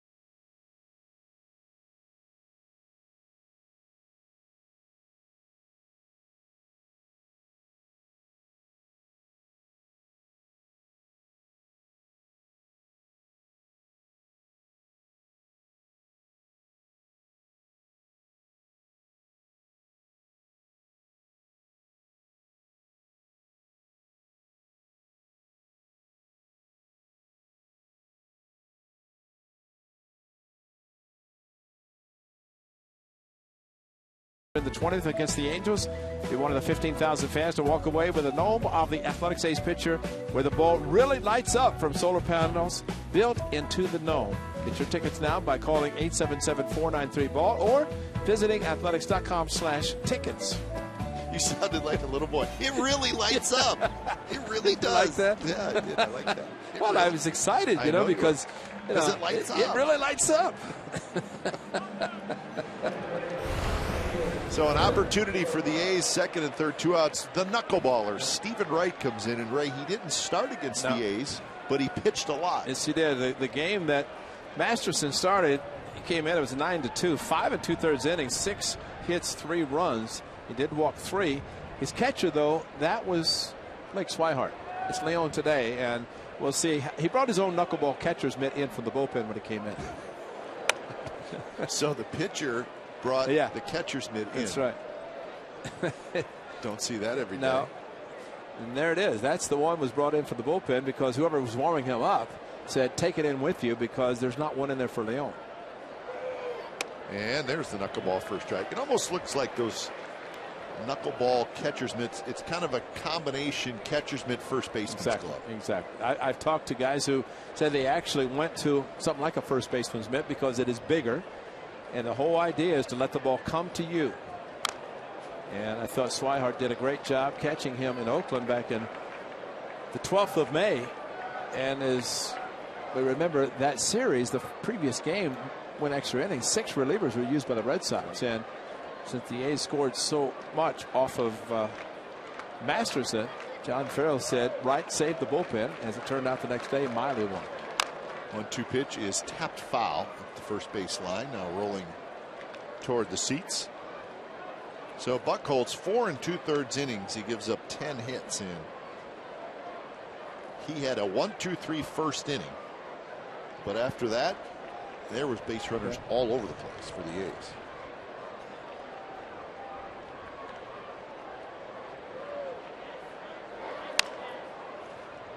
It's a pretty good knuckleball. Tim Wakefield, who had a great knuckleball pitching for the Red Sox many years, former infielder for the Pittsburgh Pirates, and became a great knuckleball pitcher. And he was here today as they were honoring the graduates and parading them around on the field. I said, hey, Swihart does a good job catching right. He could probably catch you. And he said, Wright's is a pretty good knuckleball, too. That one is going to hang up in right center field, and Holt catches it in front of Castillo. Side retired. So the A's strand 2 more. They've stranded 8 through the first 5 innings, but they lead 4-0.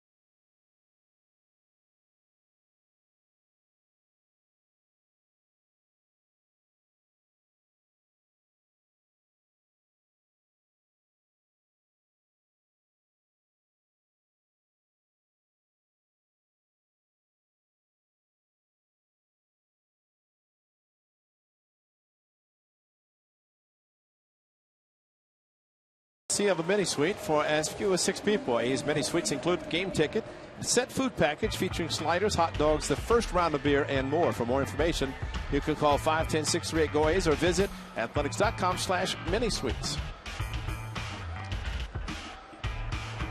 Military here, they're honored every day at about the 3rd inning over the Red Sox dugout. And that was nice. Oh, it was a nice tribute here. You're right. So Graveman back to work. It's the bottom of the 5th. A's leading 4-0. Castillo swings and misses. But he hits the ball hard, and the big out really in the 2nd inning. Of course, a ball that was hit, a hanging breaking ball after a good 2-seam fastball inside, and that was the 2nd and 3rd. And fortunately, it was caught, handled very nicely by A's third baseman Brett Lawrie. It would have been 2 runs. Yes, it would have. Doubled down the line. It was hit very hard, and that could have been a difference in a ball game, as the A's at that time had a 3-0 lead. But caught by Brett Lawrie with his great reflexes. There's a good sinker down. It's perfect. There's that strikeout sinker kind of exploding down and into Castillo. That's 6 strikeouts now for Graveman. Now here's the sink, and this is a good one. Down and in, and look at it go straight down. And see, that's what he wants to go down. Ball been kind of staying flat and horizontal to the ground. 3-0 on the road, 5 starts.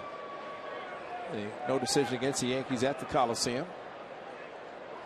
And for Graveman, Ray, this ties the season high in strikeouts. He also struck out 6 in Tampa Bay. That was his first start since coming back to the minor leagues.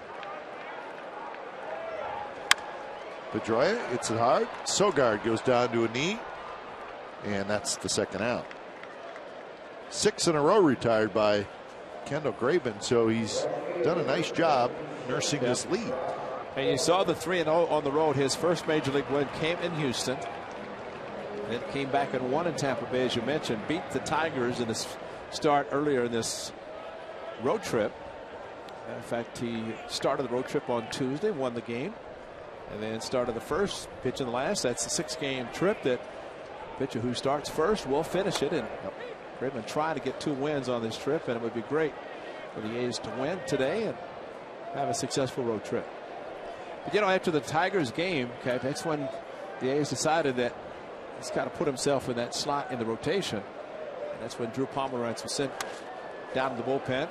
Not demoted, they just felt that Pomeranz could bring a powerful arm out of the bullpen, and Graveman stay in the rotation and deserves to be there. Since coming back from AAA, he's been pitching very well. There is Pomeranz, who has made a couple of appearances out of the pen.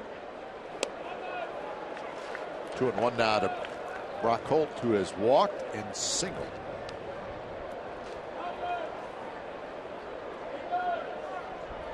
Holt is 4 for 8 with 3 walks in this series. Sogard has it.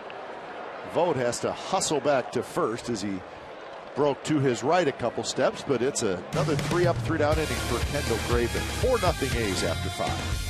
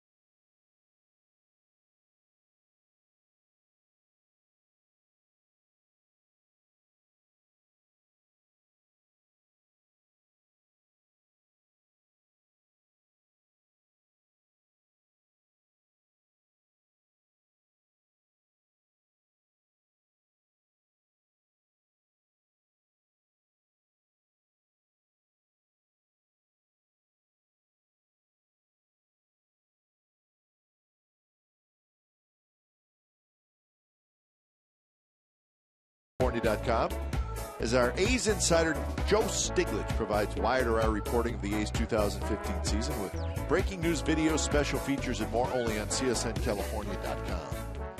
Here's Joe working on. Top of the order for the Athletics as they face Stephen Wright, the knuckleballer who came in and got the final out in the 5th inning. The Astros have come back. Astros scored 4 in the 7th. The Astros now lead the Blue Jays 6-4 in the bottom of the 7th. Hanley Ramirez comes in. Burns is retired. So the Astros trying to avoid being swept in Toronto. Now have a lead going to the late innings.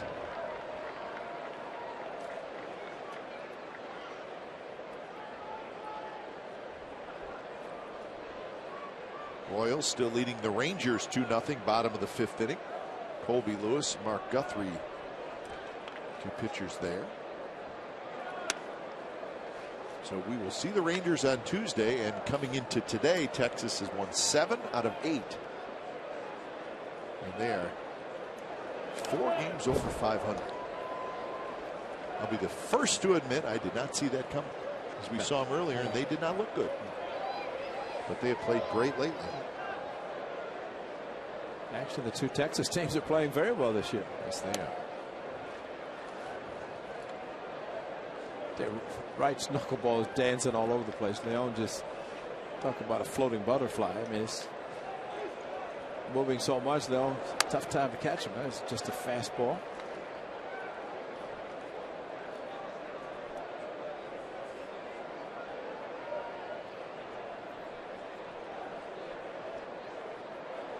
Simeon had a good swing there, fouls it straight back. Simeon is 0 for 3 today. Back-to-back fastballs, 84 and 85. Knuckleball pitchers will say the ideal conditions indoors. Number 2, wind and face. Number 3, horrible, wind at your back. So we feel the wind blowing in the booth here. Yeah. So if it's blowing at his back, of course, who knows what's happening down on the field. Flying a little bit from right to left. There's the high above, so it's blowing in from center field, it looks like. And the knuckleball stays high, and it's a 1-out walk. So the A's Rangers series, here are the probables. Nick Martinez having a good season for the Rangers, and Sonny Gray. So that's a good matchup on Tuesday night. Then Wednesday night, Gallardo and Hahn. And on Thursday, Chichi Gonzalez, who has been great so far for the Rangers. He will be opposed by Scott Kazmir. So it's an A's baseball breakfast telecast on Thursday.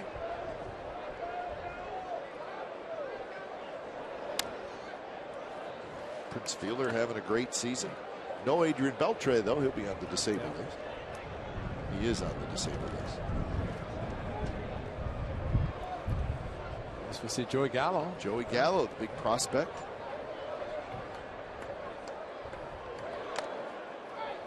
Gallo, big left-handed hitter who hits long home runs and strikes out a lot. I was watching the highlights when he had a huge night. His first night, hit the home run. First guy to greet him in the dugout, Adrian Beltre. That doesn't surprise me. Guy who was filling in for, and who knows? With Josh Hamilton on the disabled list, extended period of time with a hamstring, Gallo might not be up just for the duration of the Beltre disabled list status, so we'll see. Vogt, a little pop-up, and Stephen Vogt is retired. So Stephen Vogt will not be happy with that at bat, because really it looked like a knuckleball, but he got jammed a little bit. It just kind of kept running in on him. So 2 outs, and Vogt is 0 for 4.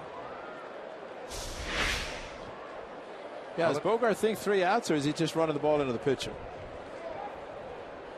Oh, he's just running it into the pitcher. He sort of pulled it off. But when nobody moved. That's true. You take all those steps and realize, hey, I'm just hustling, just running the ball back to the pitcher.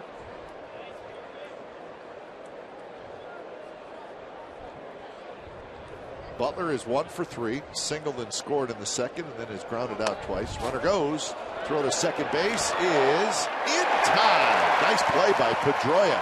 Boy, he dug out a throw that was in the dirt as Leon threw from his knees, and then Pedroia put a quick tag down. The A's may want to take a look at this.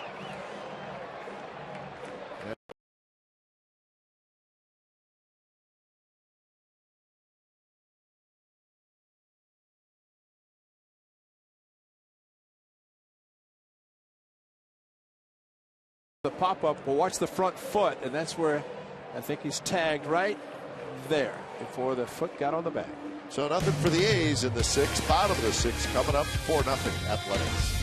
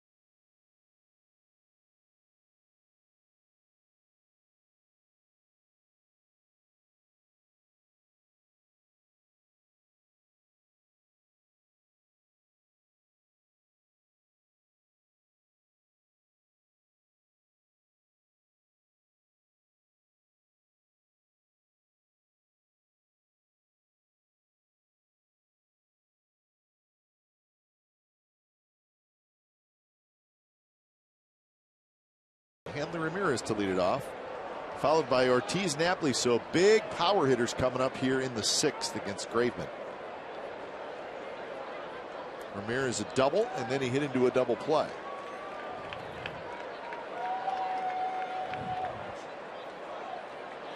First pitch in for a strike.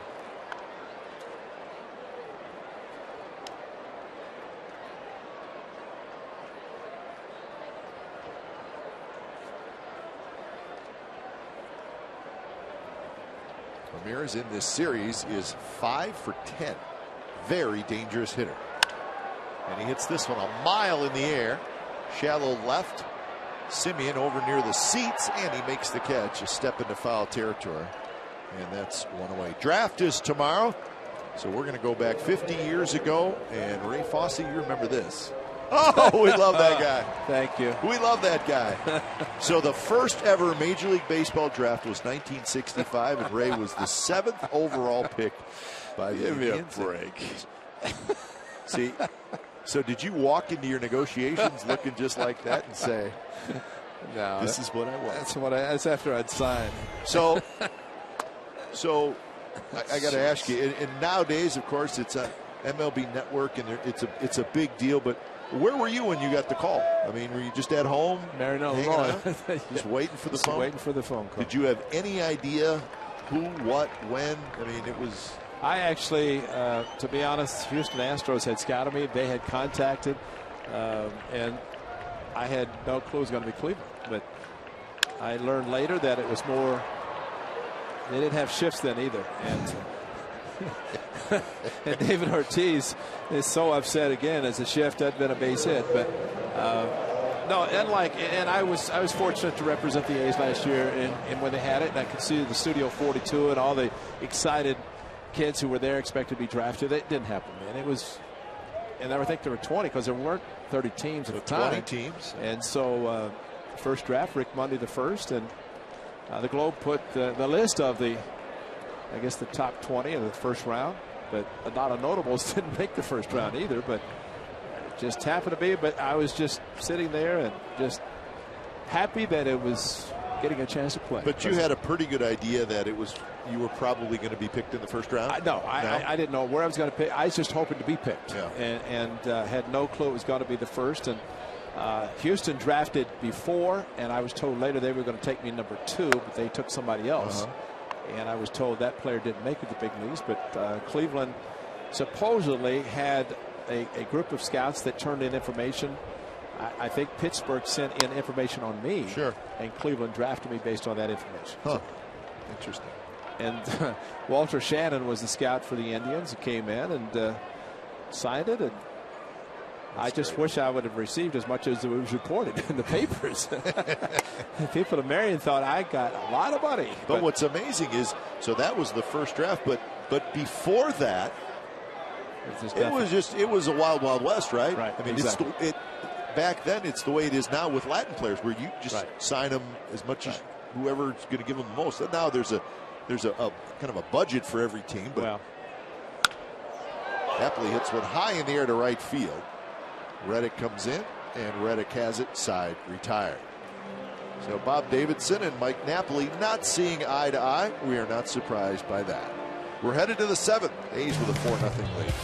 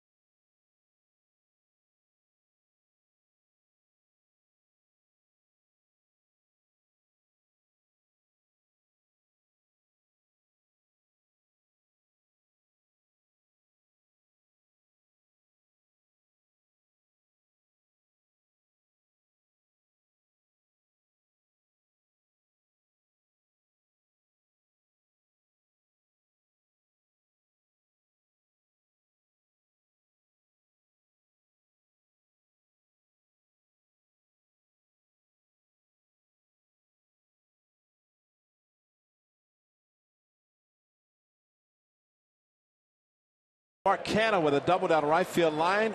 Holt went after it. The wall kind of knocked the ball out of his glove. A run scored. Sogard with a solid base hit to right field, scoring a run. And of course, Mark Canha had scored a wild pitch. And then how about this? A ball off the wall ball by Josh Phegley. A couple of doubles for him, both to left field. Of course, he hit one on Friday night, a big double to put runners at second and third. So the Athletics, great pitching. Just 5 hits given up by Graveman through 6 innings. Find out what's possible with AT&T. Call 1-800-PICK ATT, mobilizing your world. Here's Butler. Butler was hitting when Simeon got thrown out stealing. But bottom of the order, Canha and Phegley have been huge. Canha's 3 for 3. Phegley's 2 for 2. And you put Sogard to walk at an RBI single with 2 strikes. So it's, and you know, it's what we were talking about before to Brody and Carney, that maybe the middle part of batting order, but what's happening with the bottom part, taking a little bit of pressure off the guys in the middle. That one's driven to right field, but Holt is right there. So Billy Butler hit it hard. And people say, well, they pitch guys differently because of the order in which they hit. Pitch was trying to get everybody out. You know, it just might make mistakes with certain guys. In the case of Billy Butler, hit the ball hard a couple of times a day, but just 1 hit to show for it. Maybe one of the best outs today was Brett Lawrie with a slow hit ball to third that advanced 2 runners. He was not bunting first and second at a time, and nobody out.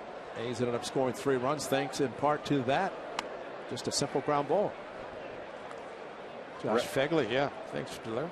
Reddick's had a good ball game, a single, a double, and a strikeout. Scored a run back in the 2nd inning. That's right. Reminding that Phegley, the 2nd inning, 1st inning actually, when he threw out Holt at second base as he was trying to advance on the wild pitch. And then Ramirez followed with a double.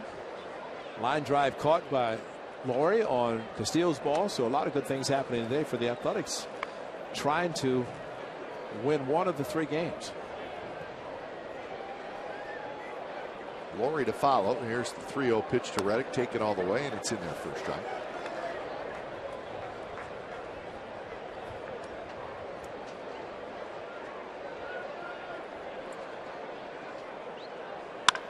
Reddick, a shot to right, and that's a base hit. So a 3-hit afternoon for Reddick, and the A's now with 11 hits in the game. Got his average back over 300, 296 when he started the day. So Reddick coming back to the team that traded him and having a good day today. Nice easy hits, hit a couple of balls off the wall. Turned out to be a pretty good trade for the A's. Andrew Bailey just could not stay healthy. You know, there's some guys that enjoy the pressure of playing certain places. Josh Reddick liked it here.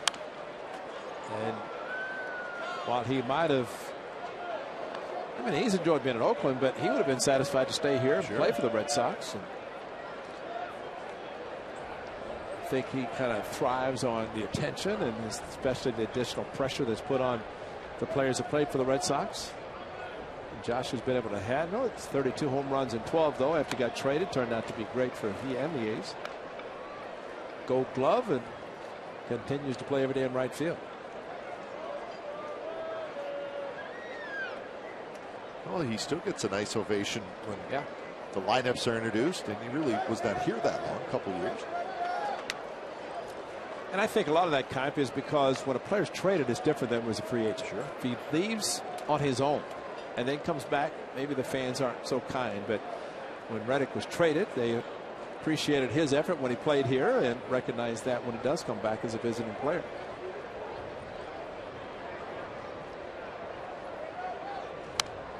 And I think, I don't know if you agree with me, but I think on the flip side, if a player is struggling in a market like this where the fans can be tough and the media can be tough, I think a homegrown player will get more slack than somebody who comes in as a big name free agent. Absolutely. And the Red Sox are experiencing that with 2, one in left and one in third. And I think, you know, Ramirez has been pretty good offensively. He has not been good defensively. Sandoval is really struggling. You know, you're 2.5 months into the season, and I don't know. Well, Ramirez was told, and you know, signing's a free agent, and granted, they appreciated the fact that he's willing to change positions. But he's also told that if you play hard like you're capable, you play hard for 3 or 4 days, I'll give you a day off. Sure. But if you kind of slack, fans are going to recognize it, and they're not going to appreciate it. Not here. No, not here. Not get away with it here. It took forever to win a championship. They've won 3 since 2004. There it goes again. Swing and a miss. Runner goes. Reddick's going to be safe. The ball pops out of the glove of Pedroia. So Laurie strikes out for the second out, but a stolen base. And Leon trying again, and unfortunately for him, short hop again, the throw to second base, and Reddick, once the ball was missed by Brett Laurie, and to hurry into second base, but a short hop this time, Pedroia not able to make the play. He did last inning, and it was a great throw. So runner in scoring position for Canha. Canha's had a big afternoon. 2 doubles, a single, 2 runs scored, and an RBI.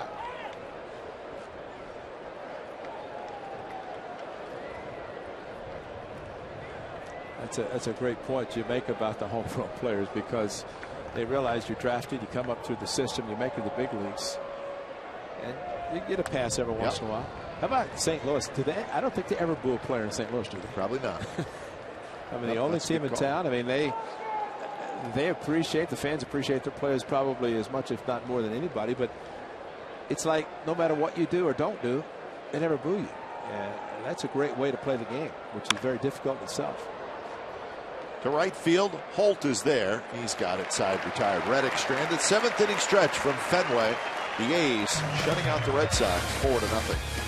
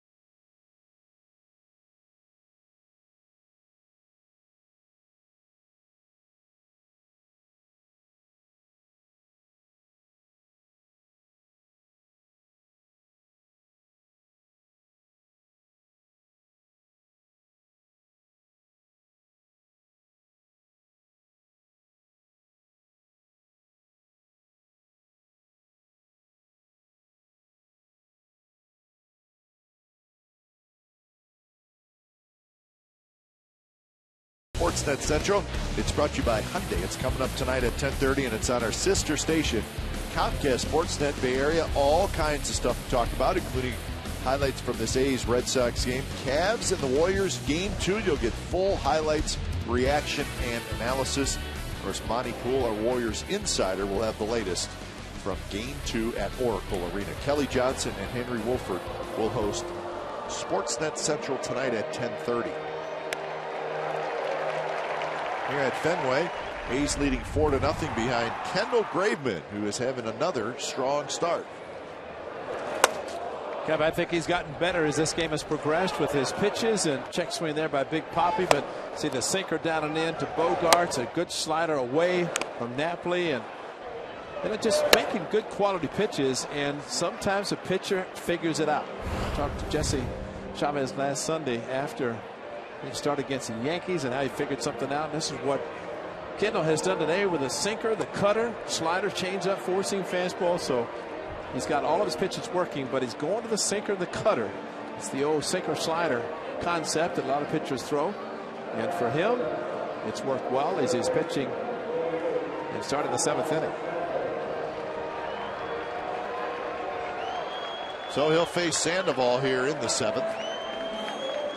Bogarts to follow, and then Leon. Sandoval with a single and a fly ball to left field. He has, nor have the Red Sox said that he has given up switch hitting, but he is starting to bat left-handed against left-handed pitching. Now, is it permanent? We do not know.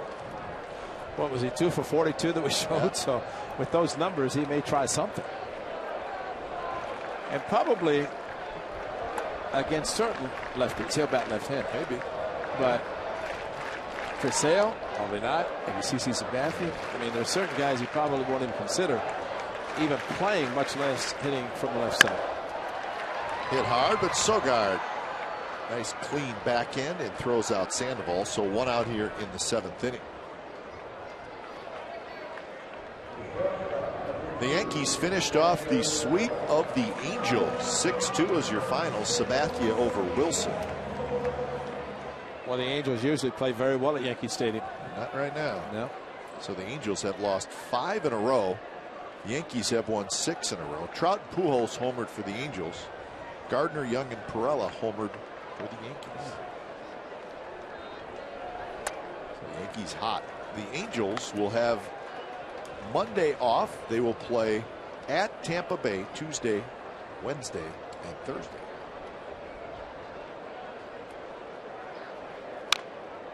Bogarts rolls at foul.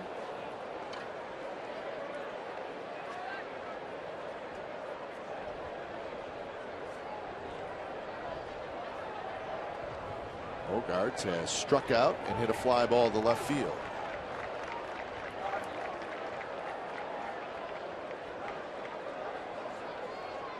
No-2 pitch, grounded to short.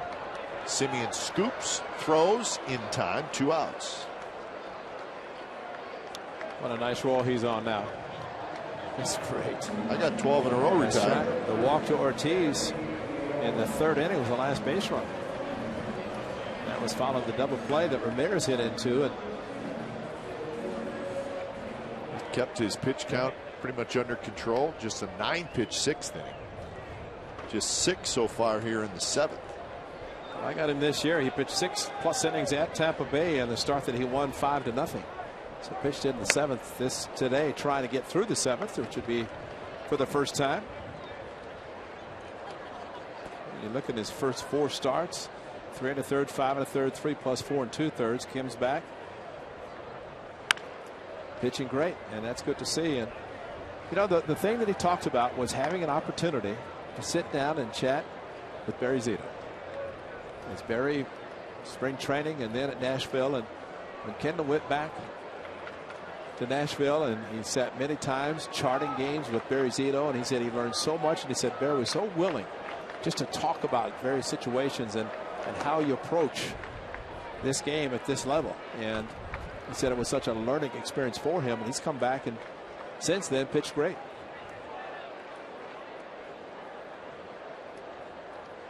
So give a lot of credit to Barry that, you know, he could have hung him up, said I'm done, but trying to make a comeback, and also to help players to accomplish what he's already done. Well, Leon somehow did not get hit by that. Think he's leaning a little bit? He was leaning.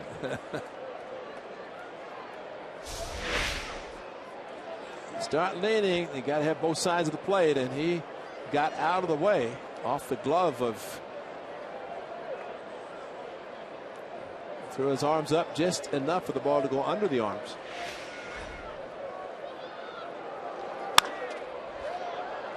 Vogt has it. Vogt will take it himself, and that is 13 in a row retired by Kendall Graveman. On to the 8th, 4-0 A's.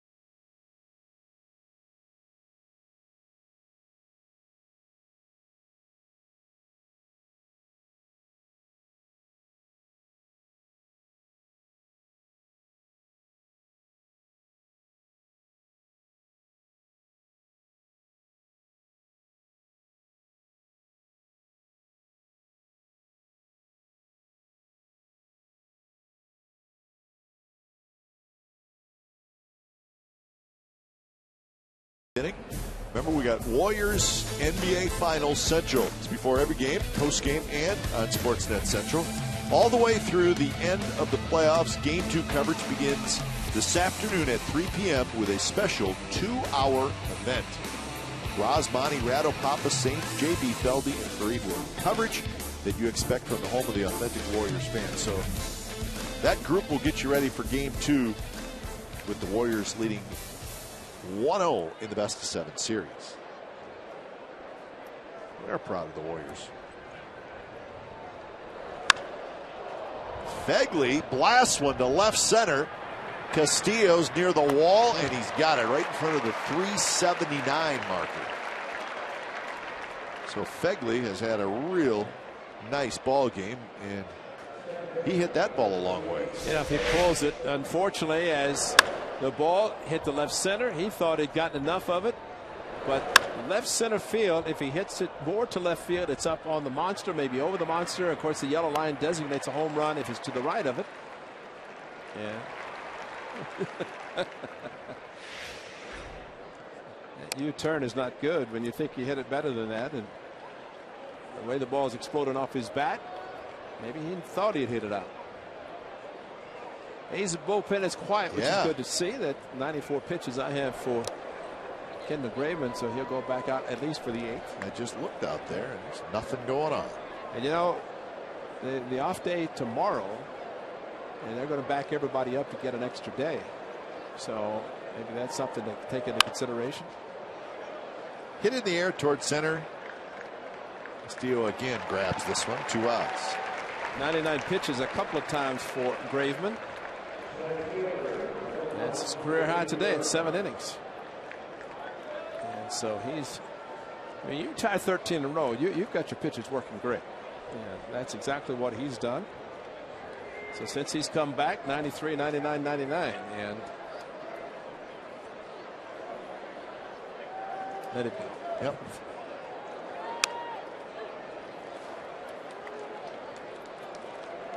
So with 2 outs, Burns hits. And for the Red Sox, Stephen Wright doing a nice job, trying to keep it close.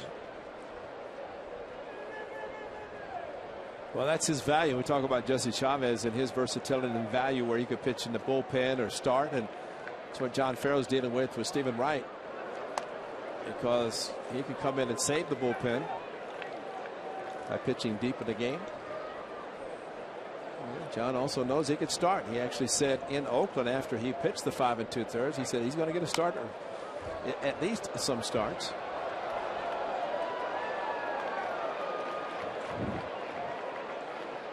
So in this series, we have an ambidextrous pitcher and a knuckleballer. That's right. In a 3-game series. How rare is that?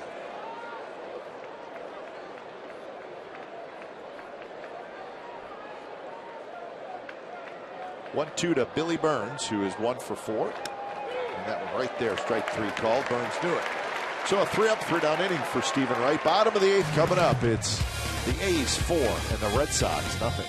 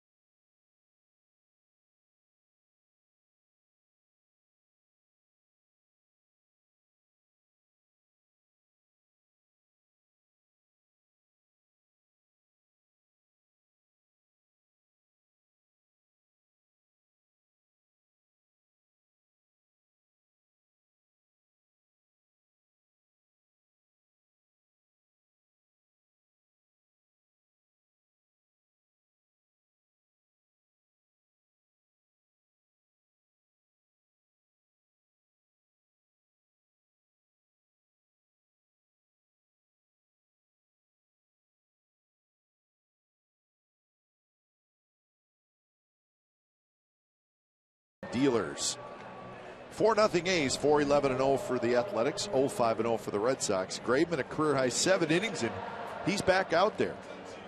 He's sitting on 13 consecutive hitters retired. Canna a big ball game, also Fegley a big ball game. Clay Buchholz not sharp at all. Hanley Ramirez continues his big series, but it's the story right now is Kendall Graveman. Andy Perino takes over at shortstop, and Graveman kicks, and the first pitch to Castillo is inside.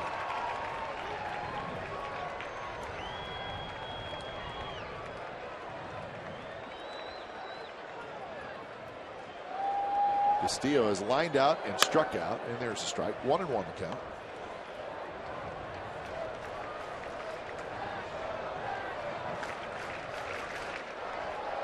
Pedroia to follow, and then Brock Holt.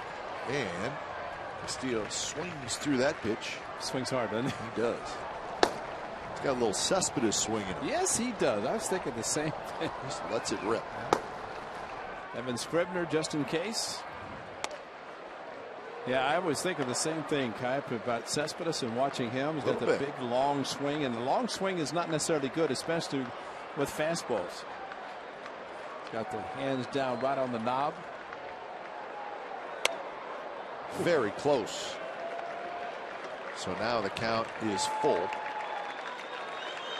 2 walks, 6 strikeouts for Graveman. He's retired 13 in a row. There it is, right down on the knob. And that will hit high in the air, left field. Canna is going to watch this one go. Castillo with his first big league home run, and the Red Sox are on the board.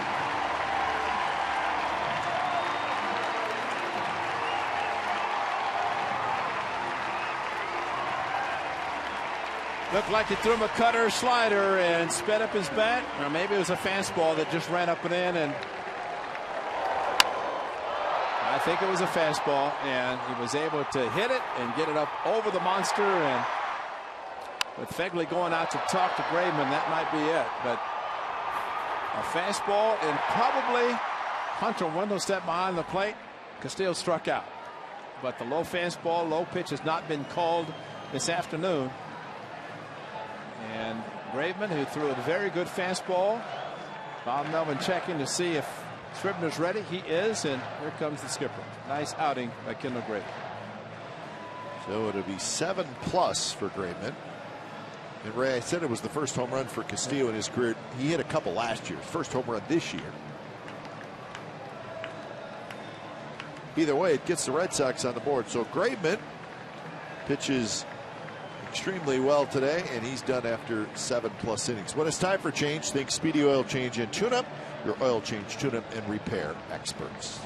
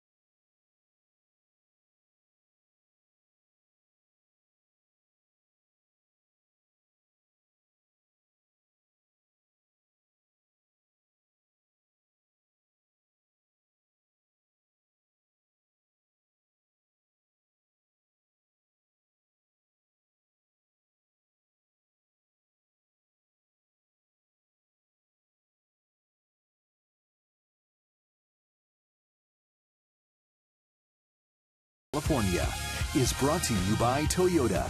Let's go places. And by Xfinity. home of the most live sports. So Castillo with the home run. So the Red Sox are finally on the board. 4-1. And now Evan Scribner comes in. He's been great this year. 1-0, 2.01 ERA. 36 strikeouts and just 2 walks in 31 1/3. That's like Sean Doolittle numbers there.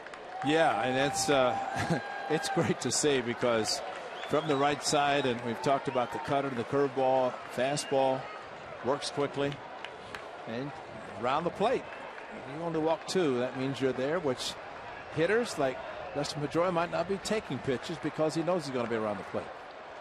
First pitch is a strike. Scribner pitched in yesterday's game 2/3 of an inning.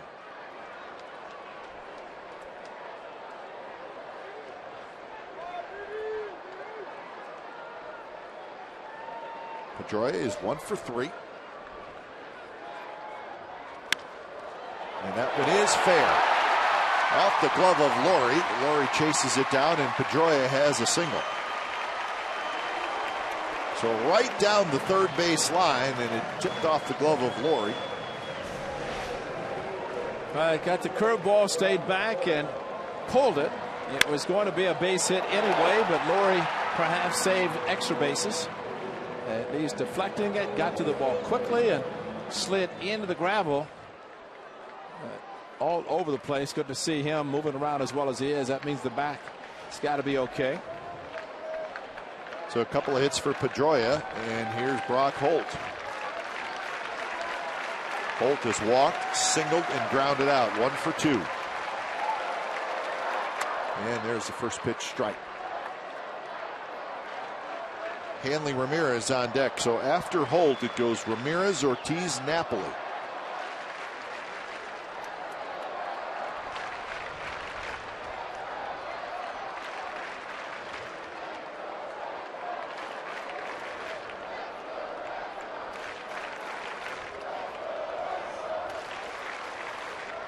So the sellout crowd here at Fenway starting to make some noise. There's a high pop-up foul. 36,913 is the attendance today. So you got a lefty and a righty, Pomeranz and Clippard.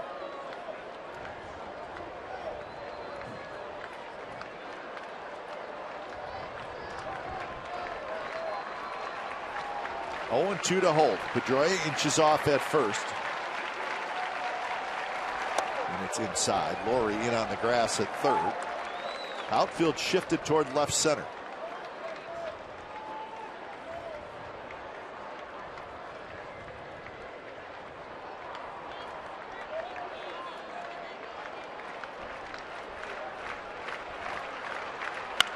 And that one's hit hard into center field, a base hit. Pedroia will stop at second base. So here come the Red Sox. First and second, nobody out with a run in. Well, the curveball is getting him in trouble. Pedroia hit a curveball with 1 strike, and then Holt with the 2-strike pitch. He hung it up, and the ball just over the glove of Scribner as he reached back for it. Ball hit hard enough that it got to Burns quickly with him charging the ball. So now the hitter is Hanley Ramirez. And Kurt Young could be saying get a double play ground ball to get out of the inning. Actually, I'm sorry, it'd be 2 outs because there's nobody out. As a home run and then 2 singles.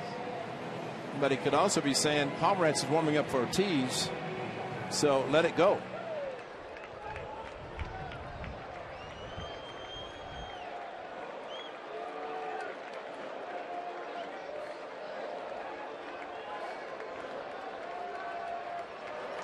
So Hanley Ramirez steps in, a double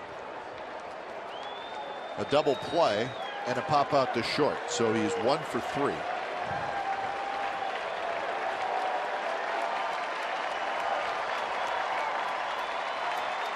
He's 5 for 11 in this series. First pitch in the dirt.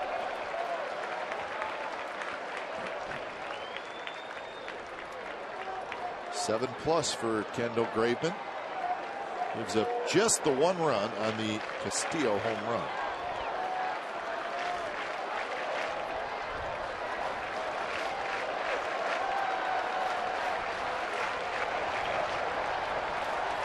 Pedroia and Holt are your base runners.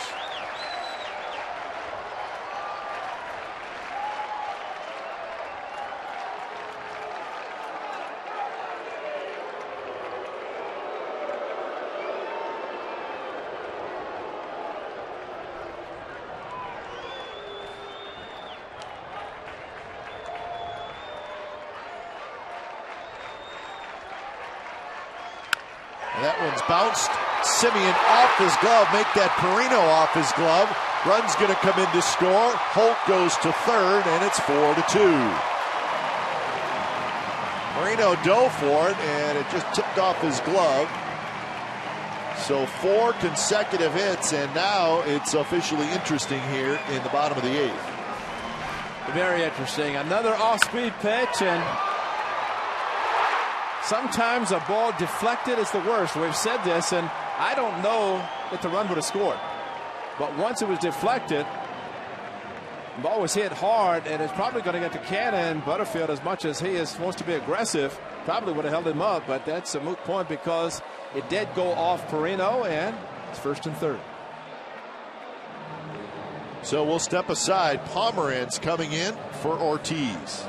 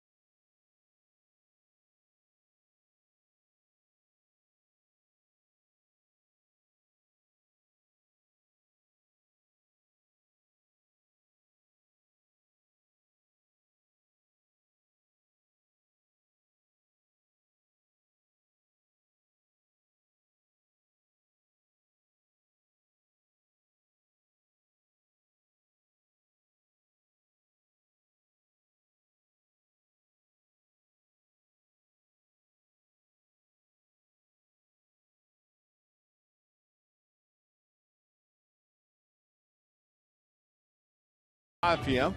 Fans can watch the post-game fireworks show from the outfield grass, but as always, on-field capacity is limited. Get your tickets today at athletics.com/fireworks.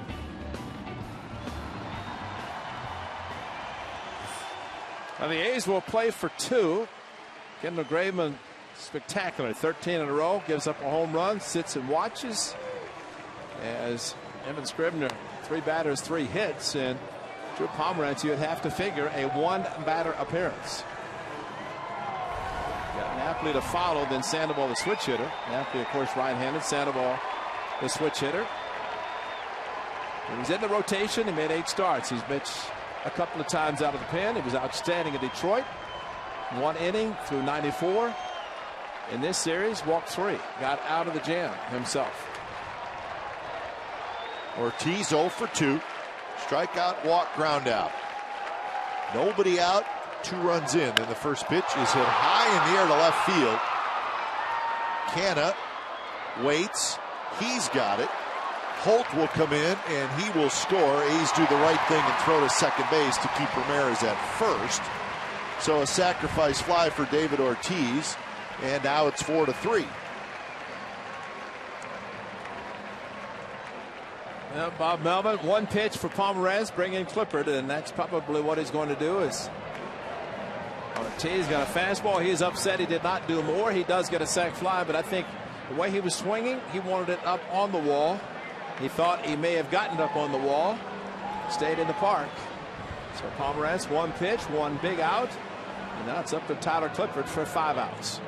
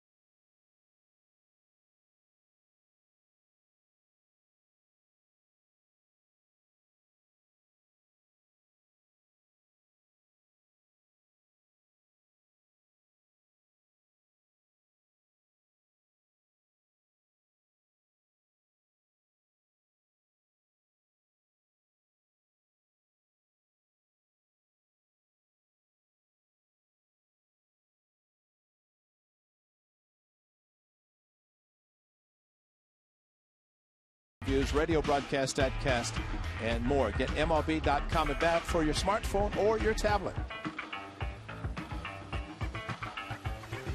Well, it has gotten interesting. It's now 4-3. Red Sox have scored 3 in the bottom of the 8th. So they have Hanley Ramirez at first, 1 out. And Clippard comes in, and he'll face Napoli. After Napoli, it's Sandoval. So this inning has gone home run, single, single, single, sac fly for the 3 runs.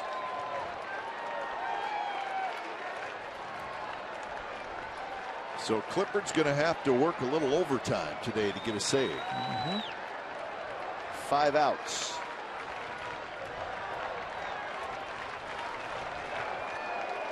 Napoli is 0 for 3 today.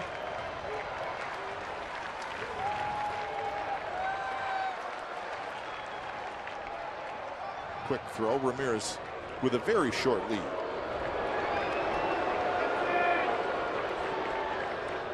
Napoli in the series is 2 for 10 with a double and an RBI.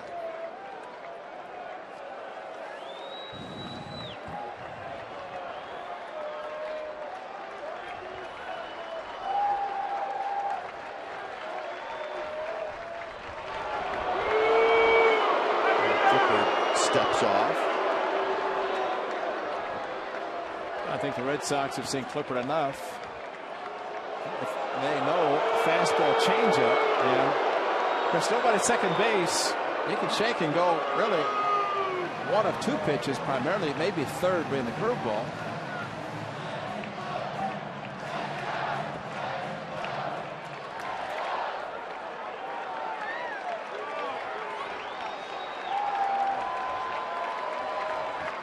Outfield playing deep for Napoli.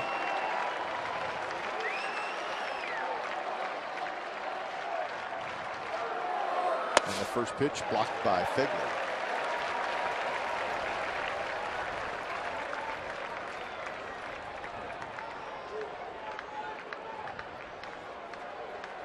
So 9 hits in the game now for the Red Sox. The A's have 11.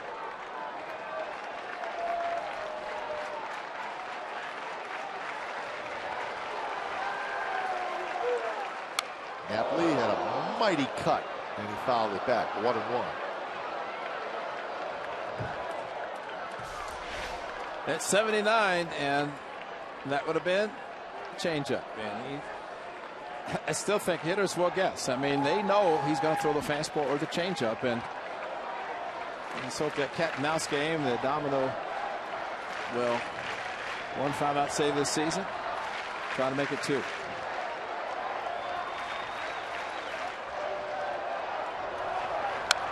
Fouled straight back. Fastball this time at 92 miles an hour. The good thing about Clippard, though, telling manager Bob Melvin early in this season, when Sean Doolittle was still on the disabled list, which he was off 1 appearance back, so he is the closer. Clippard is. And he told Melvin, he said, I can go more than 1 inning. I'm not opposed to going in the 8th inning and try to help if you need me. And one time he's been successful and trying to do it a big time one today.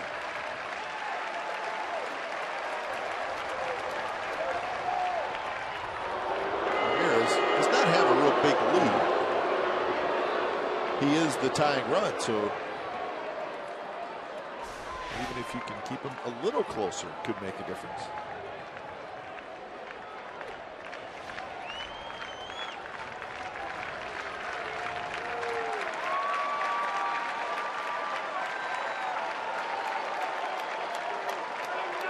One-two pitch to Napoli, and it's ripped foul.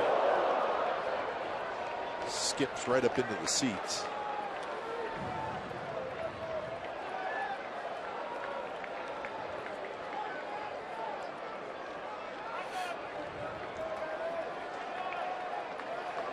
So some tense moments here at Fenway Park. 27 tough outs here. Hardest in baseball.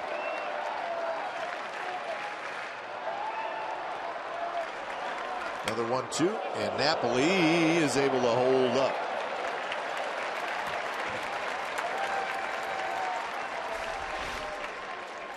He is very strong, and he immediately looked to first base because the appeal went to David Rackley, but that was not a swing.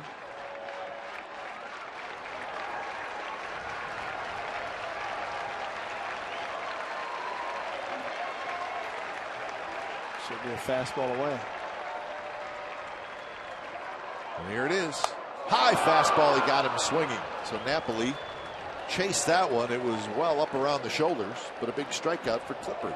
And I think what happens in a case like that where a hitter is thinking fastball changeup and is thinking changeup, sees a fastball, and then he swings at it. And as a result, instead of the patience, Napoli went too far out of the strike zone. He knows it, but whether or not it was intentional, elevation of the fastball turned out to be great.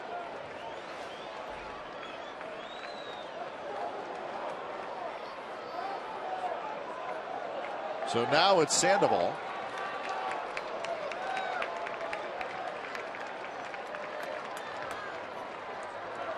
Sandoval rips one to left. Canna's back, and he's going to play it off the base of the wall. He gets it in quickly. Ramirez will slide into third, and it's first and third. That ball sliced on him. He had no idea. That's a catchable ball. Yeah, it landed at really the base of the wall. What happened? The ball is going at him and slicing. And when it started to slice, he gave up on it and then played it off the wall because he knew he couldn't catch it. If you can see it on this angle, he's there, and then all of a sudden turns around. Granted, hit very hard and a tremendous slice on it by Sandoval. But again, we're talking about some inexperience, and that happened a little bit there. Mookie Betts is going to pinch run for Sandoval. Fortunately, he got a single out of it. Yep. And Cannon did get the ball back in quickly, but you have the speed of Betts. And would he try to steal? So here's Bogaerts. Boy, the way the middle infielders are spread, he could walk to second base. I don't know if they'd even cover, Kev. The way they're right now, they're spread. They're holding the position. He's got a big lead. Yep. First pitch to Bogaerts. He got a fastball, and he fouled it back.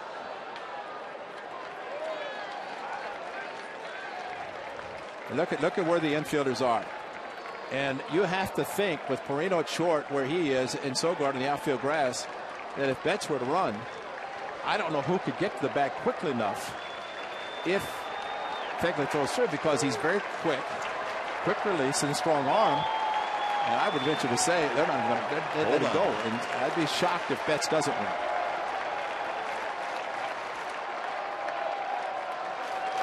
And another foul ball on another fastball. So 0-2 to Xander Bogaerts, who is 0 for 3 today and 2 for 10 in the series.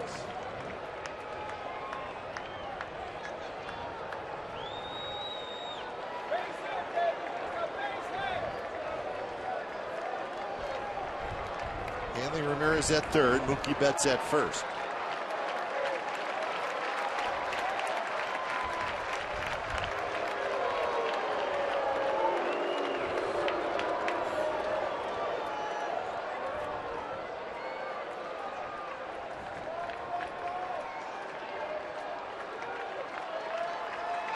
That's good lead. And the pitch is inside, so another fastball to Bogaerts.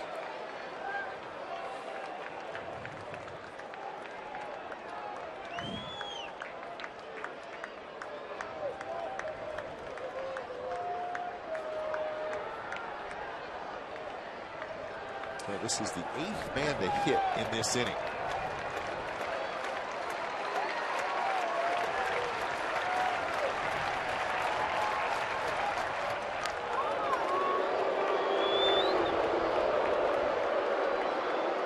Betts has 9 steals on the year. Well, I'm shocked he hasn't run, to be honest. I just thought he's not in there to score on a ball that's hit the gap, which he can, but I'm just surprised with the spread of the infielders. Maybe they're not seeing what we're seeing from up here. There he goes. Ball is in the dirt, way out in front of home plate, so Betts will get credit for a stolen base. Well, and watching the infielders, they weren't covering anyway, Kat. Perino broke slightly to his left, but I don't know that they were covering. What a great block, though, on the curveball. Fagley just concentrating on the block. So he will get but watch the middle infield. I mean, they were not covering, and so let's hope that now it can strike him out and get him out without any issues of now 2 runners in score position.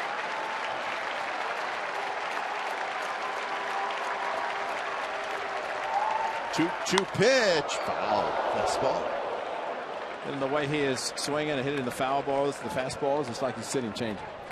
And he's just late on fastballs. And you know, the scouting report is that Clippard has a great changeup, but he has yet to throw it. But you figure he's got to throw it sometime.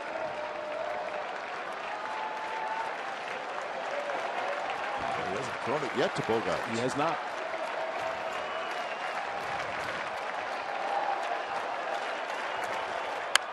And there it is, and it's belted to left.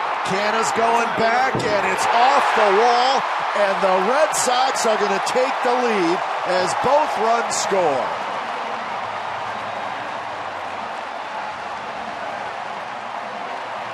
And I think it was the changeup. It was a changeup. And he went down to get it. Yeah. And for him to swing as well as he did, I think Keife was looking change up the entire bat. And the location, down and in, change up, and with this wall so inviting, it was at least going to be on the wall, which would be 2 runs. So a crushing hit for the A's as they came into this inning with a 4-0 lead, and the Red Sox have scored 5 times in the bottom of the 8th inning to take a 5-4 lead. So Kendall Graveman, when it's all said and done, is going to get a no decision.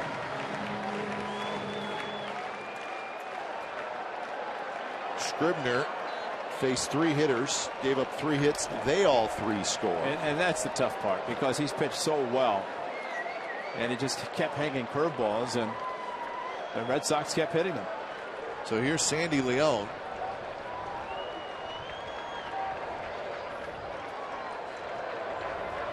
And changeup is high.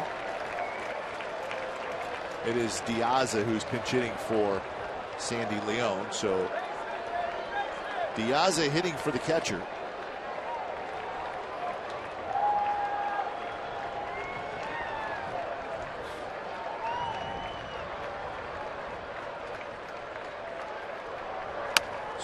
and a miss. There was a good changeup at 79 miles an hour.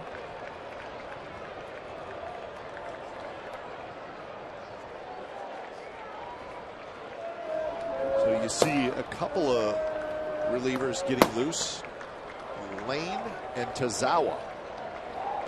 So Uehara, who has gotten saves in the first 2 games of this series, could possibly have the day off.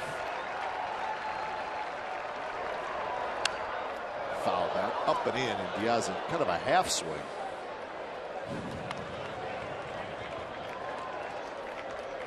I think you're exactly right. Yeah. Uehara sitting. He doesn't look like he's thinking about pitching. No.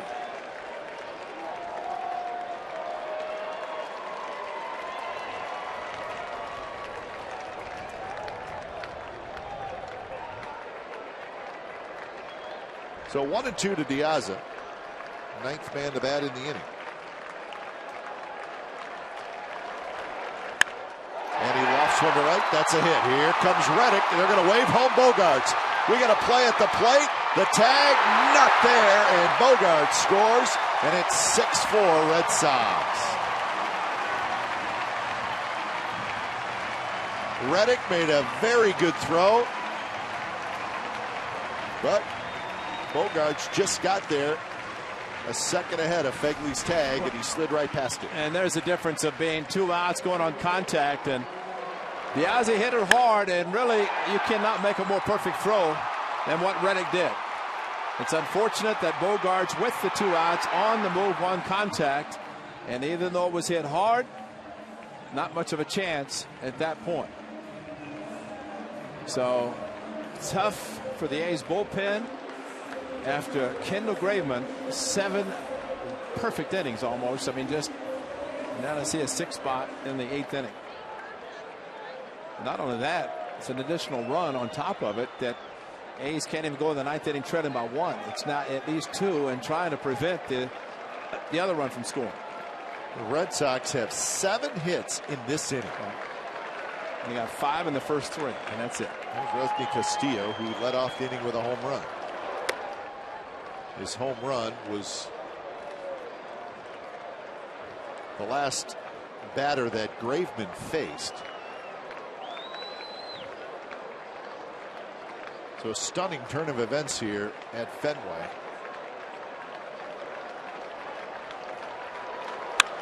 And there's a base hit to left field. Here comes Diaz. Here comes Canna's throw to the plate. And that is late. Diaz scores with a head first slide, and it's 7-4.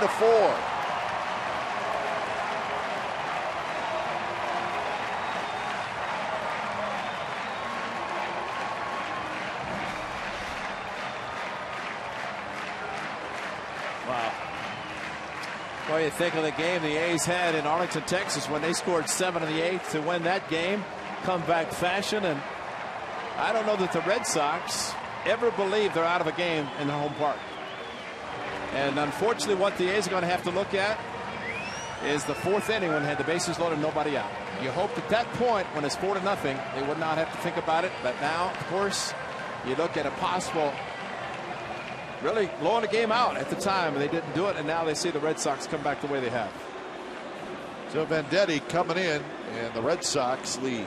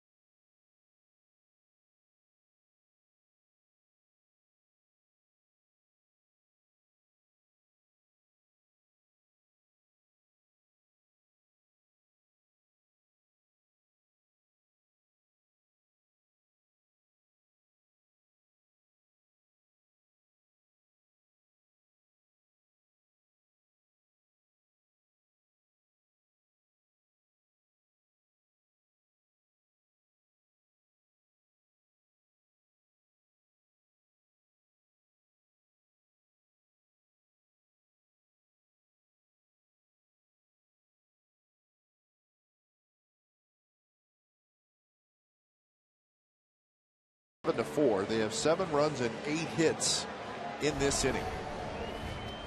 So Pat Venditti comes in for his second appearance. There are 2 outs in the inning. And this is the 5th pitcher the A's have used in this inning. That includes the starter Graveman, who started the inning. So Pedroia hits. Pedroia is 2 for 4.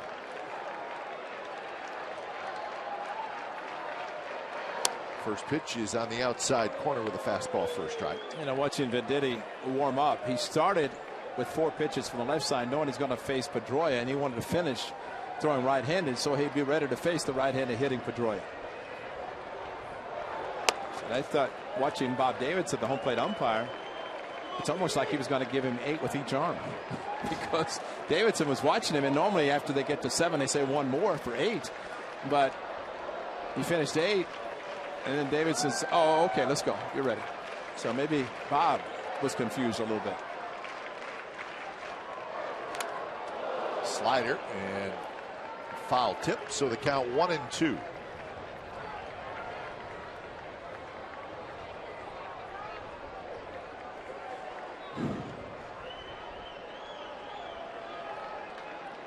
The 11th man to bat in the inning, Dustin Pedroia.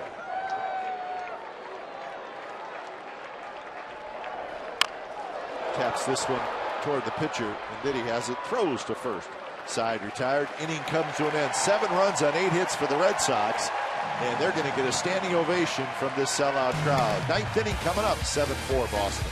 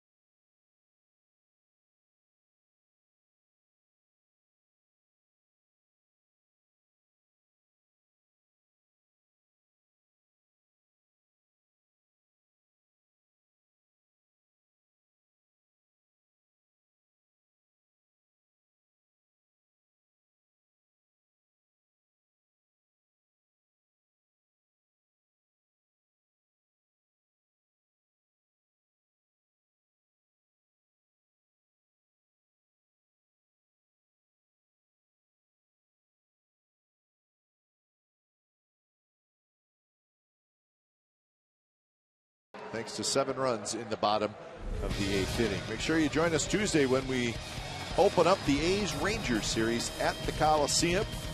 Tuesday, Wednesday will come your way at 6:30, and then on Thursday at 12:30. And there's your pitching matchups. On Tuesday it'll be Nick Martinez and Sonny Gray. Home of A's baseball is Comcast Sportsnet. So the A's will have an off day tomorrow, and then that series opens up. When it's time for change, think Speedy Oil Change and Tune-Up, your oil change, tune-up, and repair experts.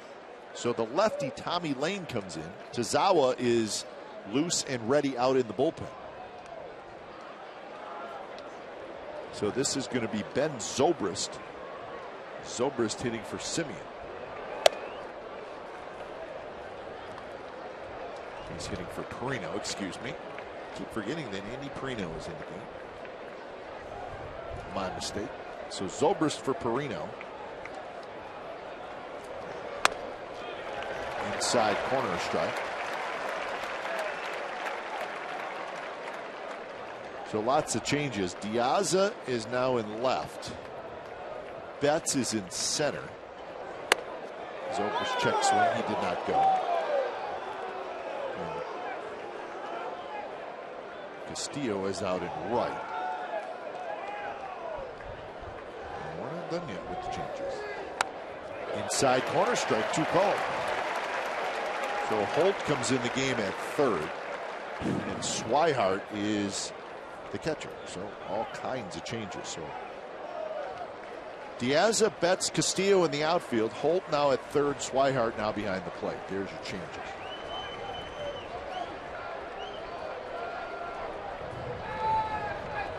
Swing and a miss. He struck him out. Zobrist, as a pinch hitter, strikes out. Just a good breaking ball that was up a little bit out of the strike zone, but got the job done.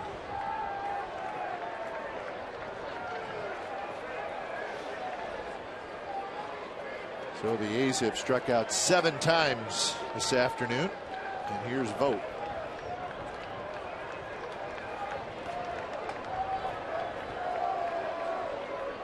First pitch to Vogt is low.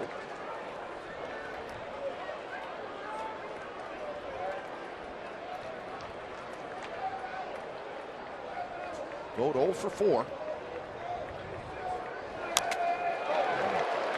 Chased a ball. And Stephen Vogt generally has a pretty good eye, and I've seen him chase a little bit in this series. Usually that means they're trying to go after the ball instead of letting the ball come to them, and that changes everything. Trust your hands, trust your strength.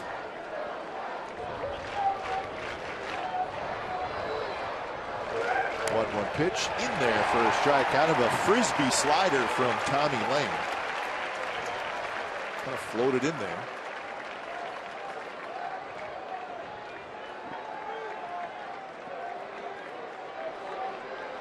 One-two pitch. Swing and a miss. He struck him out.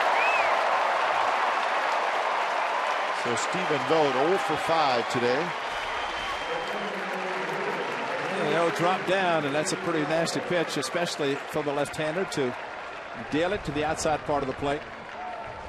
And not only did the A's give up the run that put the Red Sox ahead, but the add the 2 insurance runs gives them no chance in the 9th inning, especially down by 3 now versus just the 1. And allows Lane just to throw nothing but fastballs, trying to throw it middle of the plate, except the one breaking ball to Zobrist. After that, it's pretty much thrown. 0-1 pitch, swing and a miss. Butler chased up and away, and now it's 0-2.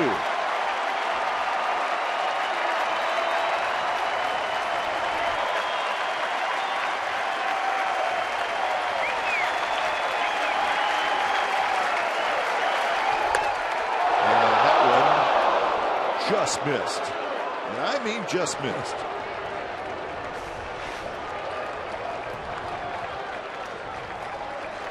Well, lucky.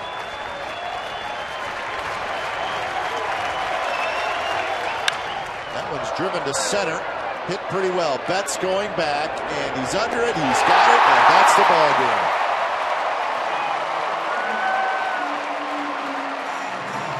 So the Boston Red Sox finish off the 3-game sweep of the A's, and this one's going to sting for a while. A's had a 4-0 lead going to the bottom of the 8th inning. And the Red Sox scored 7 in the bottom of the 8th. And that's how it ends. So disappointing finish.